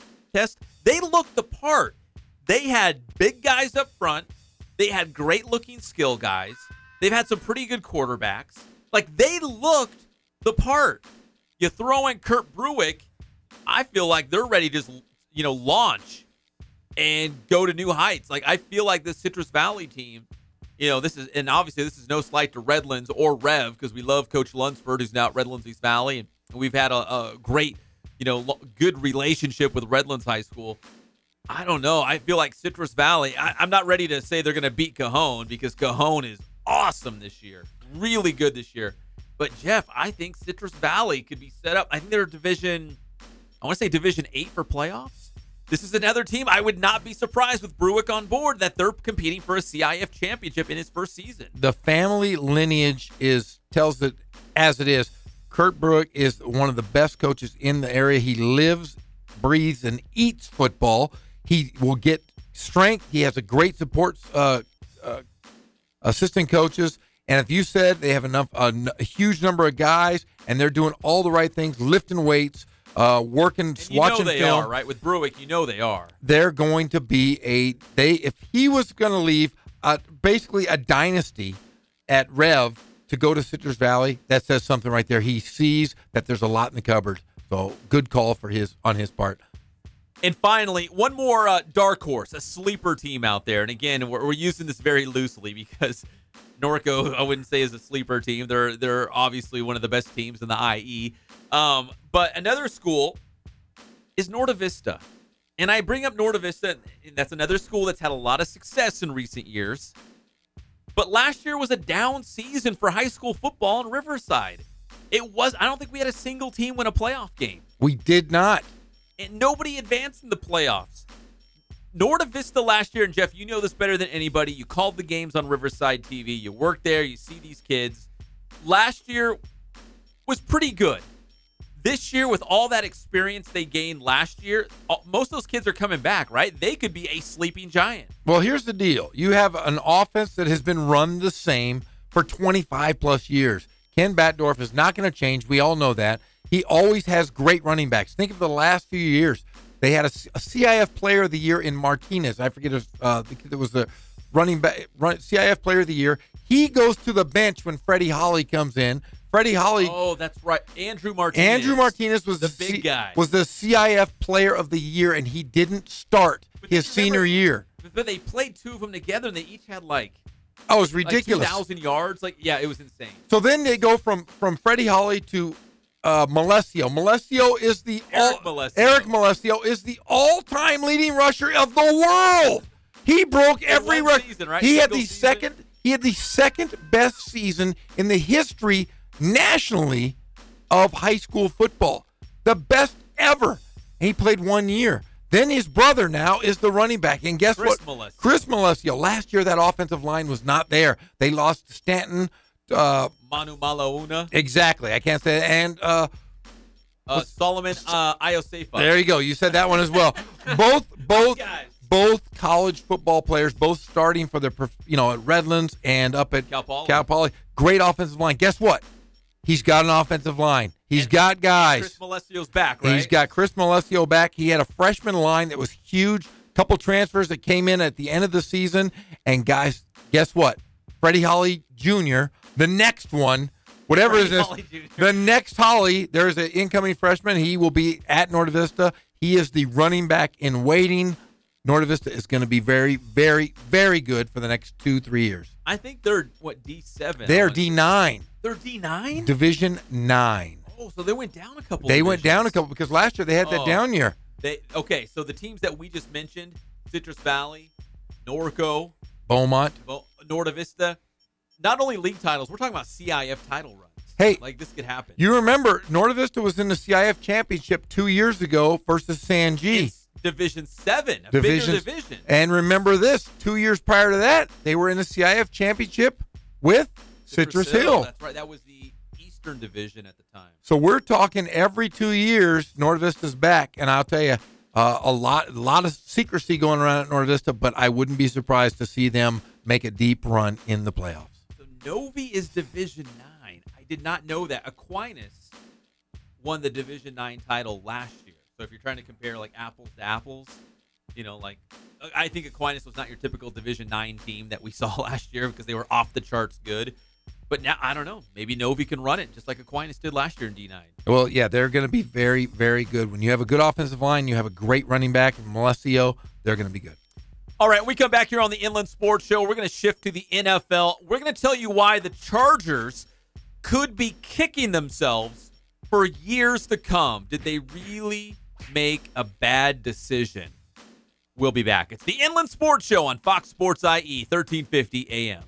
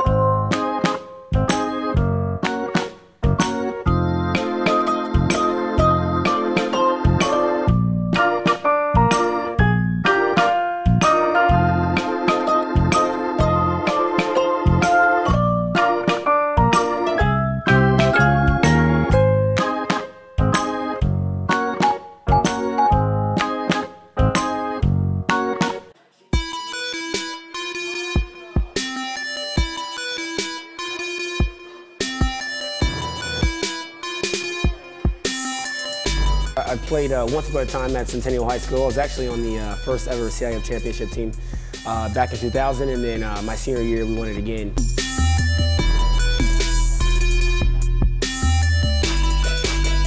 I'd say that's what done it. You know, I know exactly where these athletes are at. Mindset is right now. I know how hard it is to, number one, a performance coach who can take you to the next level.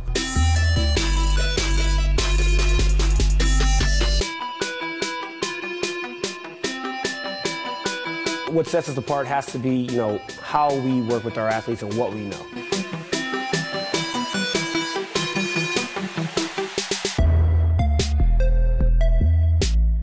We can take an athlete and you know, help them reach their athletic potential, you know, help them, you know, prevent injuries, help get them stronger.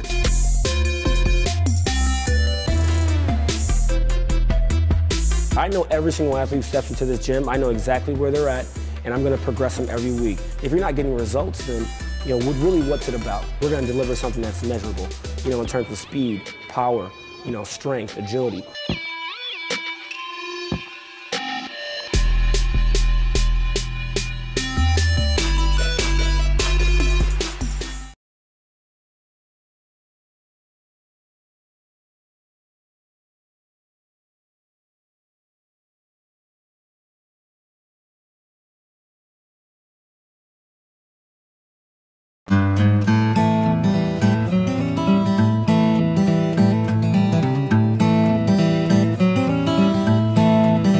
Focus on the customer here.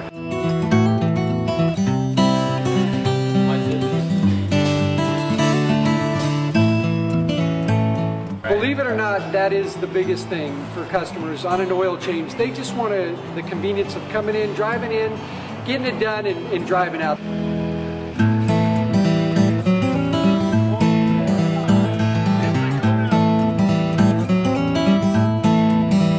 Just greet them, get them going, and they're done in about 10 minutes or so.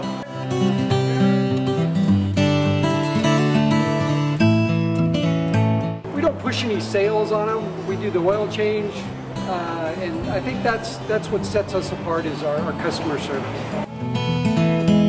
Vacuumed and cleaned your windshield for you as well.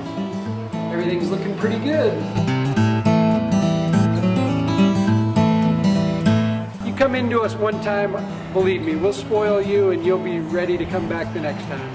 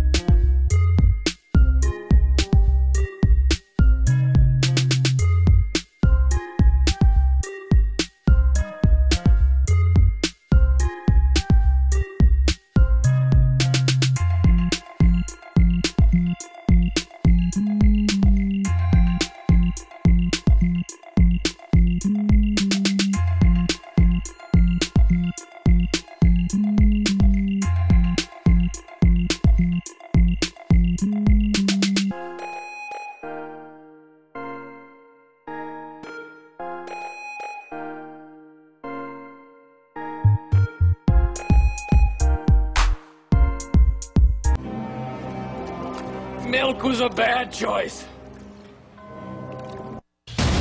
We're back to the Inland Sports.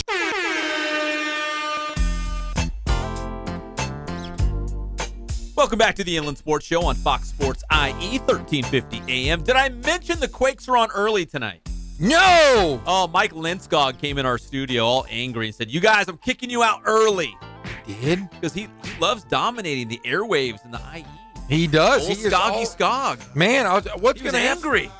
Always angry. Skog. Monday Linskog is a different guy. Skog Dog is kind of an angry guy. Every time I talk to him, he sounds like he wants to punch me. Every He does? single time. Oh, every Right through time. the phone. Right through the phone. He always wants to punch me. Hey, Pep, we're not going to be here next week.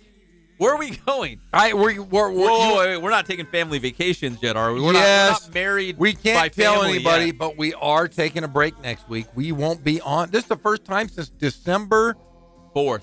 December 4th, we've taken any time off. Yeah. Greg Hall is the only real Cal. He's a real one. He's a Cal Ripken of the bunch. Yeah, Greg, you've never missed. You have never missed. But I'll tell you what, Pep, we're not going to be here. No. All next week, we will be out. We will be enjoying our families, taking a little downtime before we get to football season, the week of the 4th of July. So, again, I guess we earned it, right? I mean, with 6-7 months, nonstop. We do it for the IE. We do it, but, none of us are getting rich on this except for Greg Holla. He's rolling deep in a new truck. He is. I am going to go to the minor league ballparks, and I'm going to see if I can find a 4th of July game, and I'm going to go take my family. We're going to watch some baseball. I think the Sixers are doing one. I'll be at... They tout as the biggest fireworks show in San Bernardino County. How big can that really be? Really big. Huge? Huge. I will be there. Huge. And I'll be swimming by my pool, eating a lot of food. We will be off all next week. That's next week. But we are going to go so hard until Friday. You will not believe the shows that we're going to have between now and Friday. We're going to go out big time. And we're brought to you by Catalano Motors in Corona off of Temescal Canyon Road. They've got weekly specials, so you can save thousands of dollars. It's not lip service. This is the real deal, folks.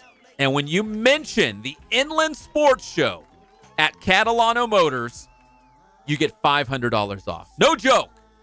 We're only here to help. We're trying to put money back in your pocket. It's what we do because we love the IE. Nobody loves the Inland Empire like we do. If they say that, they're lying to your face. They're lying and they're stupid. The Inland Sports Show. Nobody loves you more. In Catalano Motors in Corona off of Temescal Canyon Road. Don't settle for the lies. No. We're talking about the Chargers. You know, I think they made a decision that they might come to regret in a big way. So remember during the NFL draft, there was a lot of rumors that Lamar Jackson, that great quarterback out of Louisville, that he could go to San Diego with the 17th pick in the NFL draft. A lot of people were questioning Lamar Jackson as a quarterback. They weren't sure if he could play out and be successful in the NFL. But the Chargers were one of the teams being linked to Lamar Jackson as a possible pick. They said if he is still around with the 17th overall pick, don't be surprised to see if the Chargers take him. Because let's be honest, Phillip Rivers is not getting any younger. He's still great. He's still playing at a very high level. He is still definitely the starting quarterback. But you'd have to think Lamar Jackson could be the guy, waiting in the wings to kind of take over for the LA Chargers. Yeah, you would think. It made sense. I was on board. I'm like, you know what? That could happen. Heisman Trophy winner, super athlete. Super athlete. I mean, we're talking Michael Vick athleticism. Well, Chargers passed on him. They went with defense. And I believe Lamar Jackson, he went to the Baltimore Ravens. Was that the last pick in the first round? Yes. He was the last pick in the first round, and he was scooped up by the Baltimore Ravens. By all accounts, and again, this has just been mini camp kind of stuff, he's been great in these mini camps. Lamar Jackson is the real deal, and there's even talk that he could unseat Joe Flacco as the starting quarterback with the Baltimore Ravens. Now, once we put on the helmets and the pads and we get into some real football at the end of July and get into those preseason games, we'll find out a lot more. But there is some talk that, yeah, the end could be sooner than later for Joe Flacco because Lamar Jackson has accelerated this process super fast. He could be the guy in Baltimore. Yeah, I mean, they're saying that he could be a franchise quarterback. He could be. He's capable of taking a team to the Super Bowl contention for a decade if he stays healthy. That is the thought process because of the short sample size they've seen him in minicamps.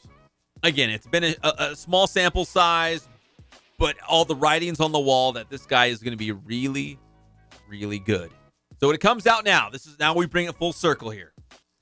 They actually interviewed Lamar Jackson and said, hey, Lamar Jackson, did everyone want you to be a quarterback when you were getting ready for the NFL draft?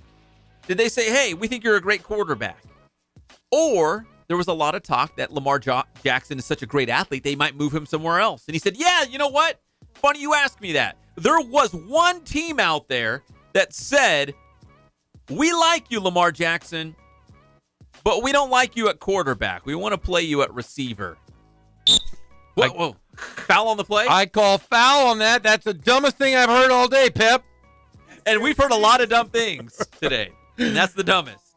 Yeah, that's ridiculous. I mean, we're talking about early in the draft process. Remember Josh McDaniels, the offensive guru for the New England Patriots, said if Tom Brady wasn't entrenched at quarterback and knew he was going to be there for years to come, he would have been the first guy he scooped up. He said he isn't. Patriots love Lamar Jackson. They love him. So, yeah, wow, what a goofy call by the Chargers. So here's what Lamar Jackson had to say, quote, it was a Chargers scout.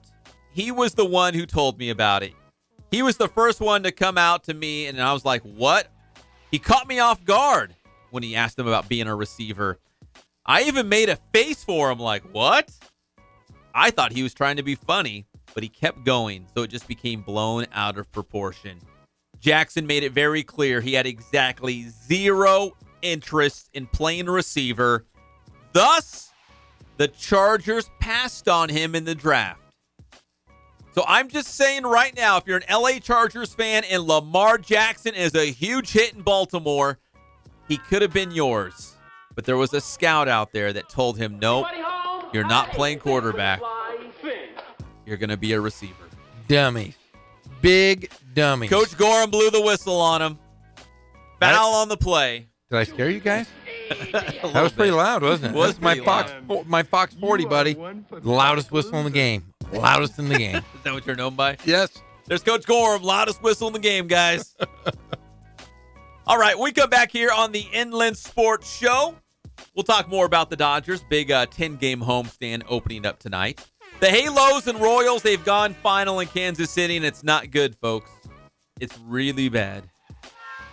We'll talk about Kershaw as well. We'll be back. It's the Inland Sports Show on Fox Sports IE, 1350 AM. You cursed brat! Look what you've done!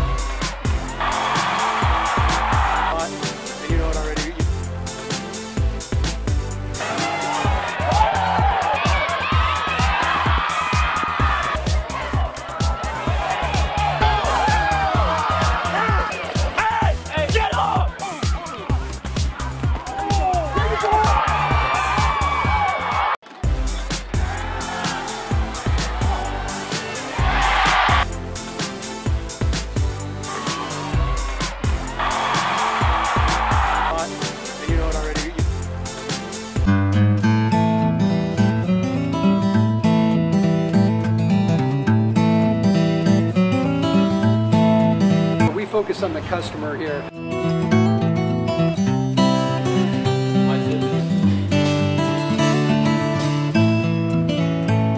Believe it or not, that is the biggest thing for customers on an oil change. They just want the convenience of coming in, driving in, getting it done, and driving out.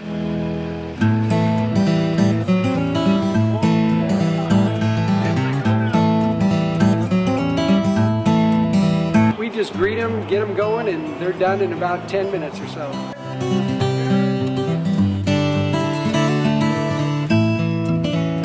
We don't push any sales on them. We do the oil change, and I think that's what sets us apart is our customer service.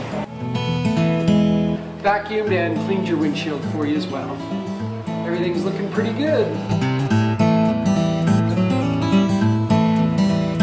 You come into us one time, believe me, we'll spoil you and you'll be ready to come back the next time.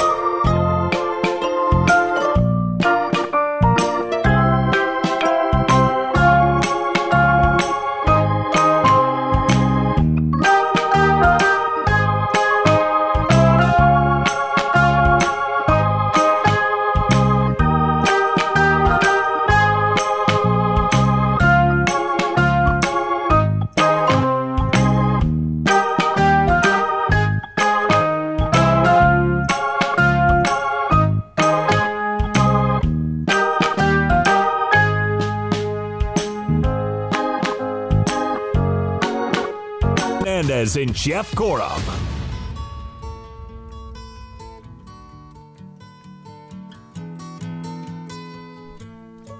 We all have big dreams. I just heard Greg Hollow's biggest dream. You know what because we got kids. Did you ever see Rapunzel, Tangled? I don't know if you got boys. I don't know if you ever saw it. No. Well, there's a line, and she has a whole song about having dreams. I got some dreams, and she says, I got some dreams. And then another guy says, your dreams stink. Oh. But not the Greg Hollis. We all got dreams.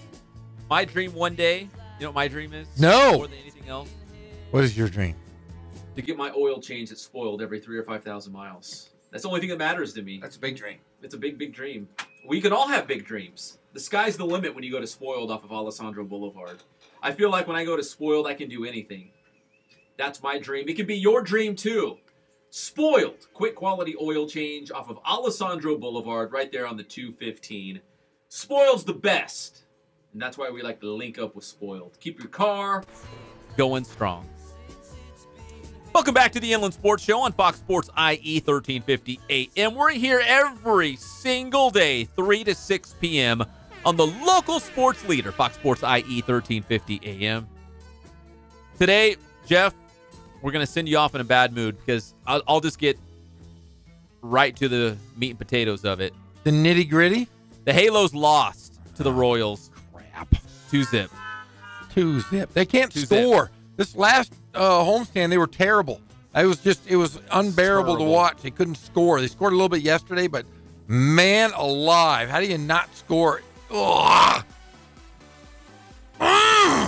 Makes me angry. So let me ask you this, because you watch every Angels game at night. I try my best. So when they play an afternoon game or they have a rare day off, what do you do at night? What do you watch? I watch Nickelodeon because I have 3 young boys, and that's all they want to watch. I watch Nickelodeon and food shows because I love food. Food shows. I do. So you're drinking your water because you're on a water diet. I drink water. And we watch food. And I'll have, you know what I do have every night, though? I have a nice martini. I am like, I'm one of the old schools. With 3 olives, my friend. 3 olives. And I drink it in my goofy glass, and I sit there, and that's how I relax. The kids go to bed.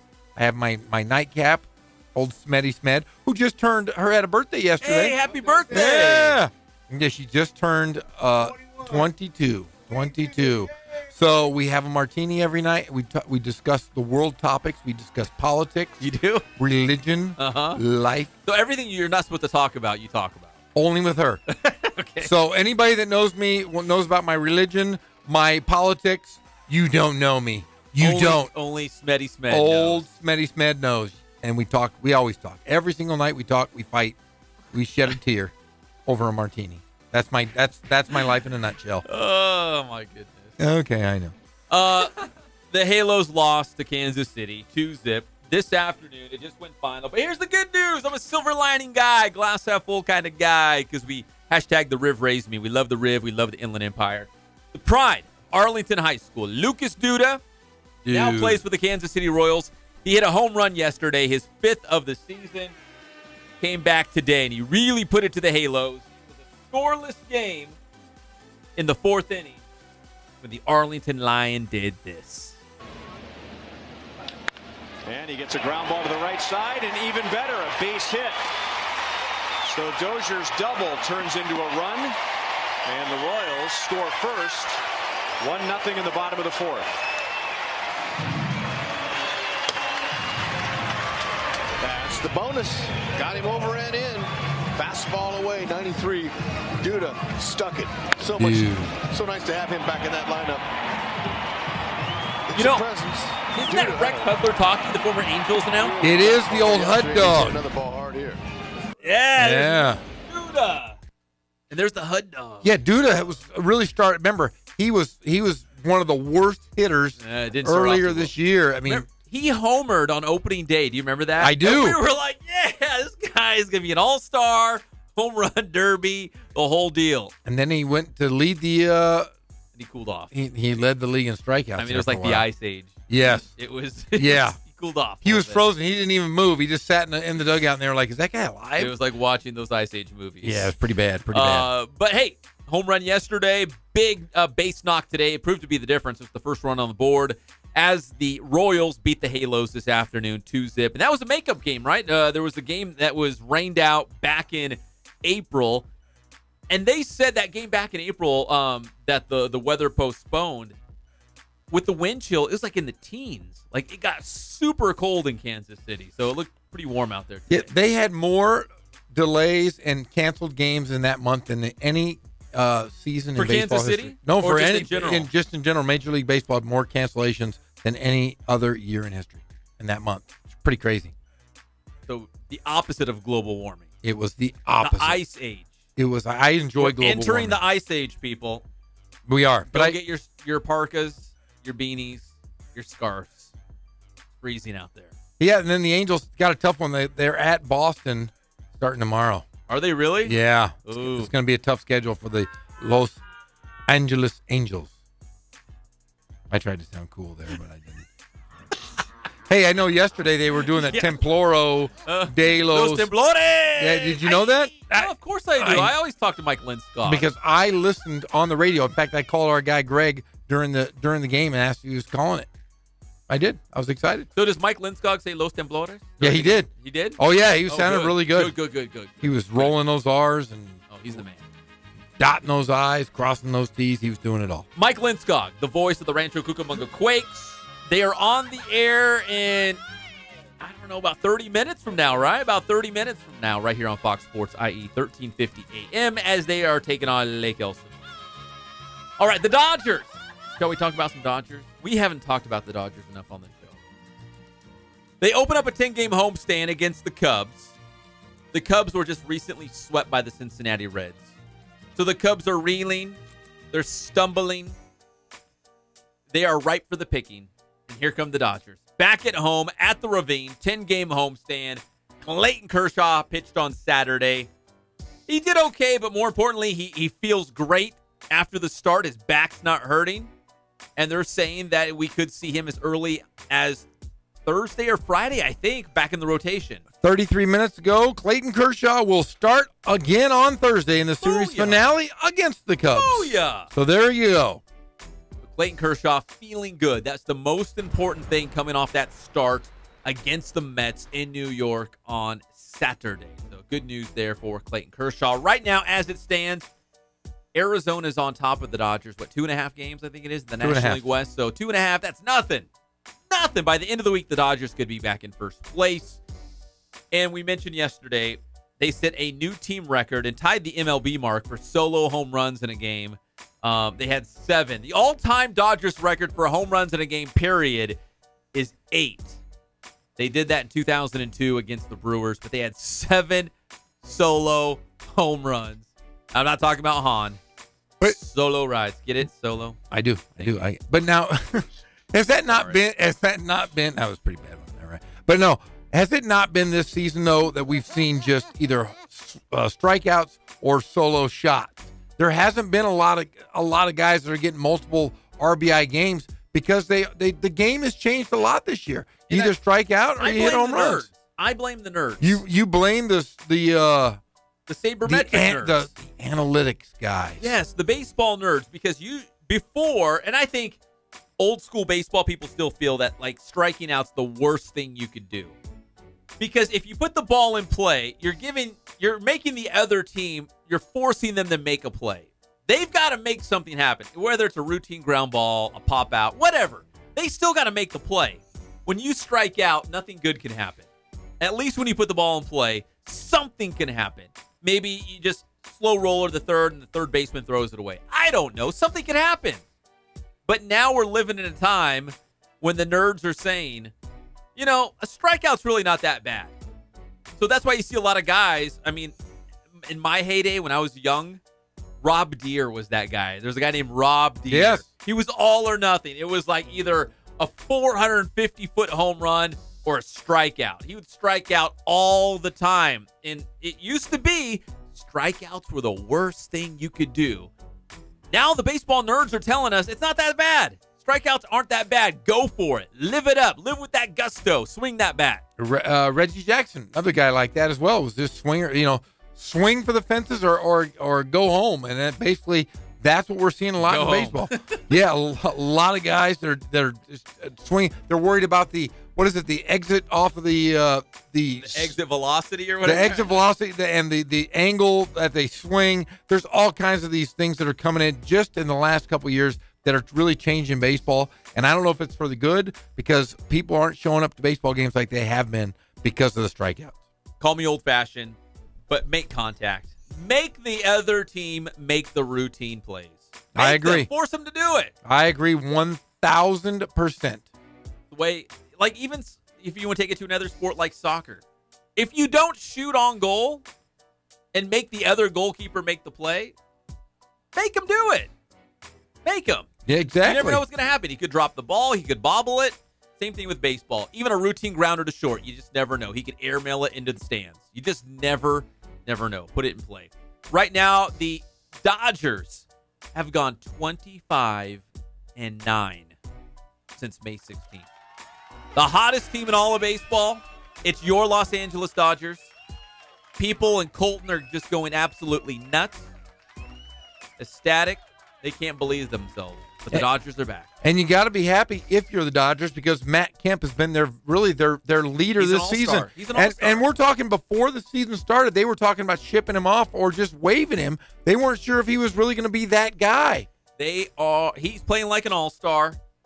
Not only did he make the team, but he's a starter and he's a key part in the middle of that order. Matt Kemp has been awesome. Yeah, I was going to say Matt Kemp's on pace to get 150-plus hits this year. That's an incredible stat in this day and age. Since May 16th, the Dodgers, again, 25-9. They were 10 games under 500. Now they are 2.5 out of the first place spot in the National League West, right behind Arizona. Yeah, and quite the turnaround. Starting to hit home runs. Remember, they were near the bottom of the entire Major League Baseball, hitting home runs. Now they're starting to hit. They've hit 102 on the year. Their opponents just 78, so they're starting to hit the ball. The Dodgers, I think as of last week, they were first in the National League in home runs hit as a team. And I think they're still in first. I think they've hit more home runs in the National League than anybody else. Well, they have 6 guys in double figures in home runs. You have Wait, Kemp. who is it? You got Kemp. Muncy. Peterson. How many does Peterson have? 10? Peterson 11? has 10. Okay. You have Muncy with 15. Bellinger with 15. Grandal with 11 and Enrique Hernandez with 12. Kike. Yeah. Oh, my gosh. I hate saying Okay, Kike. there is some power there. Okay, Yeah. never mind. Yeah. Started from the bottom, now they're here. They're hitting home runs. Yeah, they're all about the same spot, and they're starting to hit the ball well. As a team, they're hitting 242. Not too bad. Who said they don't like saying Kike? Me. Why? Just sounds. Gente, man. No, I can't say It's mi Kike. gente. I can't say it. It just sounds stupid. We come back here on the Inland Sports Show. We'll talk about some Major League Baseball scores from this afternoon. Who's playing today? Again, the Quakes are coming on early right here on Fox Sports IE. And then, hey, we've got an all-CIF Player of the Year in baseball and softball. It's breaking news. It just came down right now, straight from the CIF Southern Section office at Los Alamitos. We've got that breaking news as well. This is your favorite show, the Inland Sports Show on Fox Sports IE, 1350 AM.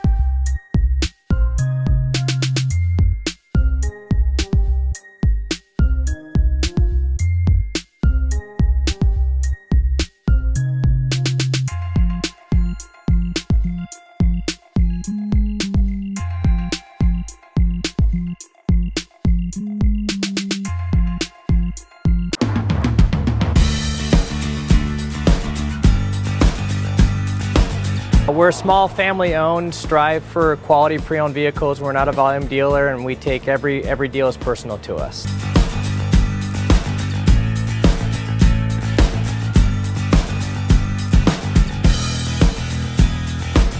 We're a low-stress environment. We're not a pressure sales house. If you want to shop us, you're more than welcome to shop us. We have, like I said, great rates, competitive financing, a lot of one-owner, clean Carfax, clean title vehicles. As you see, we have Carfax everywhere. That's most important to us, to educate our customers before they make a purchase.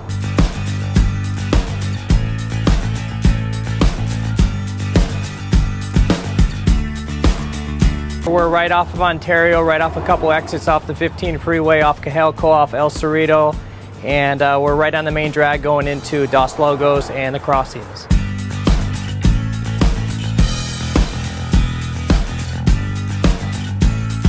We have great financing, we have great lenders that we're using. We do buy, sell, trade, cash for your car. Whatever we need to do to help accommodate the customer, that's what we're here for.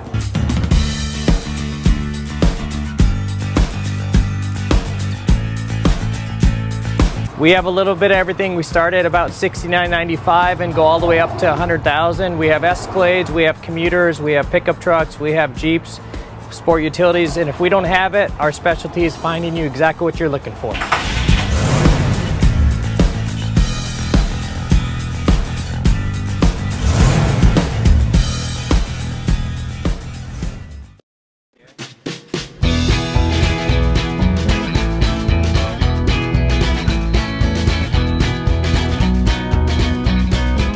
Thank God, first of all. I thank the great people that I've got around me that help support me, the people that work for me. As I started, if it wasn't for the people around me, we probably wouldn't be here right now, but I've got a great staff.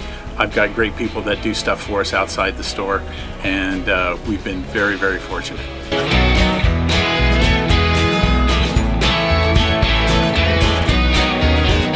Our service is impeccable, and we just keep trying to get better every year. We can do online stuff for your teams, as well as, like I said, the screen printing, the embroidery. We also have 3 women that do extra sewing for us, like tackle tool on uniforms, or the bling or rhinestones for different shirts for the ladies.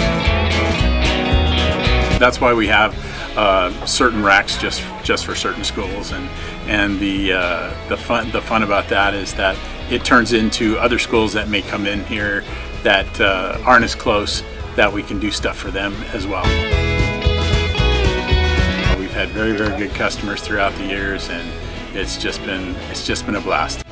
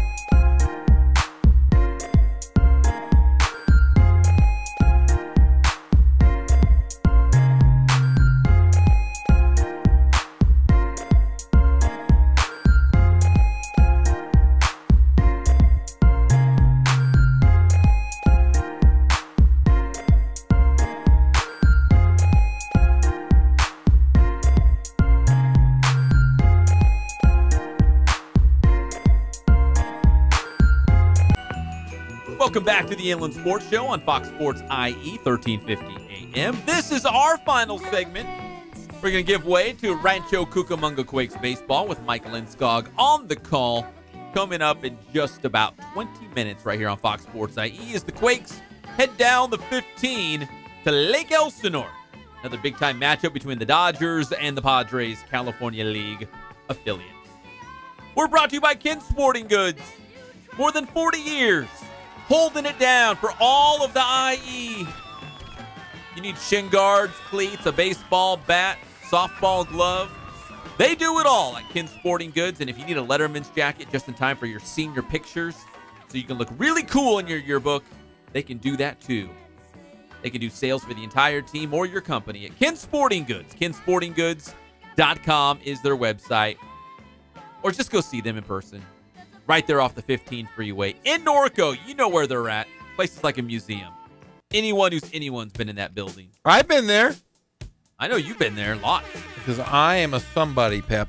A someone. All right, welcome back to the Inland Sports Show on Fox Sports IE, 1350 AM. You know, I'm throwing you guys a curveball. Let's do the all CIF selections first because this is breaking news on the one and only Inland Sports Show. Okay. Because we have an all CIF Player of the Year in baseball and softball. In Division II, the CIF Southern Section, the baseball Player of the Year, he was standing right here where Kono is sitting. He's twice the size of Kono. Twice? What? Three times. Three times. All right. It's Tyson Heaton, star pitcher for Yucaipa High School. He is the Division II Player of the Year in the CIF Southern Section. And the head coach of the T-Birds, Ralph Grajeda, is the Coach of the Year. This coming directly from the CIF Southern Section, so it doesn't get more official than that. Congratulations to Tyson Heaton and also Ralph Grajeda, all CIF awards. You guys impressed? I'm so impressed that I'm going to drive over to Yucaipa and I'm going to scream as loud as I can, and then I'm going to drive away. Well, you might have to make 2 stops. So where's my second stop? I'm going to guess. Another one town, one team. Yeah. What do you think you're going on your I'm going to drive. I'm going to drive to Norco right after that. Yes, you are, Jeff. Right after you stop at Ken Sporting Goods, you're going to pop in at Norco High School because the Division I Softball Player of the Year is the great Kinsey Hansen. Oh, big time slugger. Yeah, and considering that what did they end up third in the country? On max third reps? or fourth, yeah. Third or fourth in the entire nation, and she is the state or CIF Player of the Year. That's a pretty incredible honor. It's amazing. And the Coach of the Year can only be from the CIF Southern Section Division I champion, Rick Robinson, Norco Coach of the Year. Nice job, Coach. So great year for Norco. Well deserved all the way around. Kinsey Hansen, your Player of the Year. Rick Robinson, your Coach of the Year for Division I softball. You know, great year by Norco. Great year by Yucaipa. Baseball and softball. And did you know, Jeff, I think we might have mentioned this last week, but both of them were honored at the Angels game last week at the Big A. That's right. They did have the CIF champions, the championship night at the Big A. They did. So a great honor to be going to one of the coolest stadiums in the world and being recognized by Southern California. But you know what? I can only speak for Norco High School softball. But they really wanted to meet the great Mike Trout. And if there's anyone I know that knows Mike Trout, it's Jeff Gorham. I would have been happy to oblige. He's one of my closest friends. Can we still make it happen? We can make it happen next time. If Coach decides he wants to go to a game. A encore victory tour for Norco softball. Then I will reach out to Mike Trout and his people and make sure that they say hello to Norco High School. Because that's all again, we all have dreams. I've got big dreams. I know Greg Holla has dreams. We've all got big dreams. Their dream is to meet Mike Trout. You can make it happen, Jeff. We rub hands. We rub knuckles. He is my pal, my buddy, my confidant. Anytime I have a problem, I say, what would Mike Trout do? And Mike Trout usually gives me the best advice of anyone I know. He's level-headed. He's the best baseball player of all time. And I'll tell you what, he is a very, very good friend. He will have the highest WAR ranking of all time. He will. And you know when it all started is when it all started when Mike Trout and I became pals last year when he was making his rehab start for those Inland Empire 66ers. And I was there. We shared a moment. We share a dream now. The dream is he stays with the Angels. Share one dream? One dream, that he stays with the Angels and he becomes the greatest baseball player in history. There you go. That's a dream. That's a good We all dream. got dreams. Yeah. I didn't know this was going to turn into the dream episode, but we all have a dream. There it is. I have a dream that we see Shohei Ohtani in a 66ers uniform. Could happen.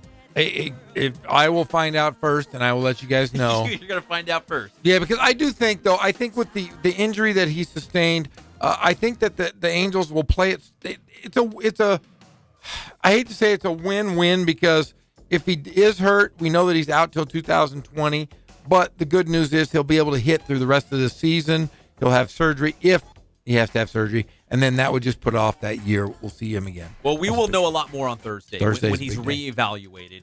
And if for some reason they are going to bring him back, and maybe he's only coming back as a hitter, I don't know. Maybe we do see him in Inland Empire playing for the 66ers. So, again, if anyone knows first, it'll be us. We'll let you know. How about the Dodgers lineup? You guys want to hear about the Dodgers lineup? Of course I do. What's my favorite part of the show?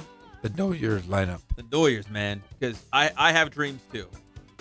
Here's the Dodgers lineup tonight as they open up a 10-game homestand against the Chicago Cubs. Can't believe they're playing Chicago. Hey, you know what they have over there? Sausages. And peppers. Peppers. I don't know if they have Kylie Fitz. No Kylie Fitz. No Kylie Fitz today. Here's the Dodgers lineup as they take on the Chicago Cubs last night. And listen, now Dave Roberts' job is going to get even tougher. Before, nobody was hitting. Now everybody's hitting. Who's going to be in the lineup each and every day? You just said 6 guys are in double figures with home runs, right? Yes. Here, you do the math, Jeff. I'm going to read the lineup. How many of those guys in double figures are in this lineup? Because I think they all are. Hitting leadoff, playing center field, Jock Peterson. There's one, right? Yes. Are you keeping track? It looks like you're not keeping track. Are you keeping I am. track? Yes. He's got 10. Batting second and playing second base. This guy does everything. The great Max Muncy. Yes. He's got 15. Yes. Hitting third and at third base, your boy JT, Justin Turner. Yes. In the cleanup spot, he's back. It's Cody Bellinger playing first base. He's got 15 on the year, buddy. In left field and hitting fifth, this guy could hit anywhere in the order, and he's great. It's Matt Kemp. Matt Kemp with 13. Behind the plate, the backstop tonight will be Yasmani Grandal. Grandal's got 11, Pep. At shortstop, Mr. Utility. This guy is a world champion in the Popsicle Stick Challenge. We love this guy, Kiki Hernandez. Yes, Enrique Hernandez has 12. Enrique with 12 bombs. Say it, Jeff. No. Kike. I'm so stupid. Batting eighth in right field, Yasiel Puig. Puig. He has 9 home runs. He's very one. Oh, he's on the verge. He's on the verge. He's on the cusp. On the cusp. And pitching on the mound tonight against the Cubs will be Kenta Maeda. So all 6 of the guys who are in double figures for home runs, are they all in the lineup? Yes, they are. Yes, 1, 2, 3, 4, 5, 6. They are. That's a pretty good Dodger lineup. In fact, going forward, that's probably their lineup going into the playoffs. Yeah. I'm already putting them in the playoffs. I'm already putting them there. This is probably their lineup going forward. The only guy that's missing there that you might want to try to squeeze in there, Chris Taylor. Chris Taylor's been rock solid. He does a little bit of everything for the Dodgers, too. Yeah, Chris Taylor with 8 bombs on the year, batting .251. I do want to say one thing about the Dodgers and Yasiel Puig. Say it. Did you know? Have you seen this thing that they do on that magazine, the body issue? Have you seen that? I know of it. Okay, I like to read Sports Illustrated, and I really look forward to the swimsuit issue every single year. Of course you do. As most men do, huh? Hey, guys, huh? Part of my childhood. Okay, well, here's this. You got that other one, that other magazine that they put out, the body issue. And, every now and then I get excited because you hear the term body, and I'm thinking, yeah, I might get to see some pretty ladies in some swimsuits. I turned on or opened the pages, and I saw a naked Yasiel Puig. That is something that did not make me happy, Pep. No? Not happy at all. And then there was a couple other guys in there I didn't want to see. I don't care who you are. I don't want to see you naked. And I want to see girls in bikinis right before summer, and I would love that Sports Illustrated. But this body issue thing is creeping me out every single year. I wish they would stop. So you want me to cancel the Inland Sports Show body issue? No. No, because you are going to be in the issue. Yeah. I'm telling you. Look at that right there, Kono. Do you see it? Do you want to see Yasiel Puig wearing his hat backwards with a glove just over his groin? No. I'm pretty confident in my sexuality, Jeff. I don't mind seeing a man bod. I am the most comfortable in my own shell. What are you nervous about, his six-pack? No, I'm not nervous about it. Nervous about the glistening pecs? Yeah, anything else you want to describe it? How are his calves there, Kono? Why don't you tell us?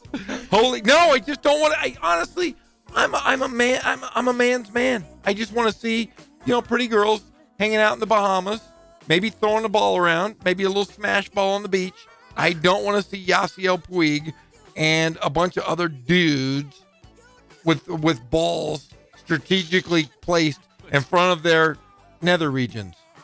Does that make sense, Pep? It makes complete sense. Okay, thank you. I just had to get that off my chest.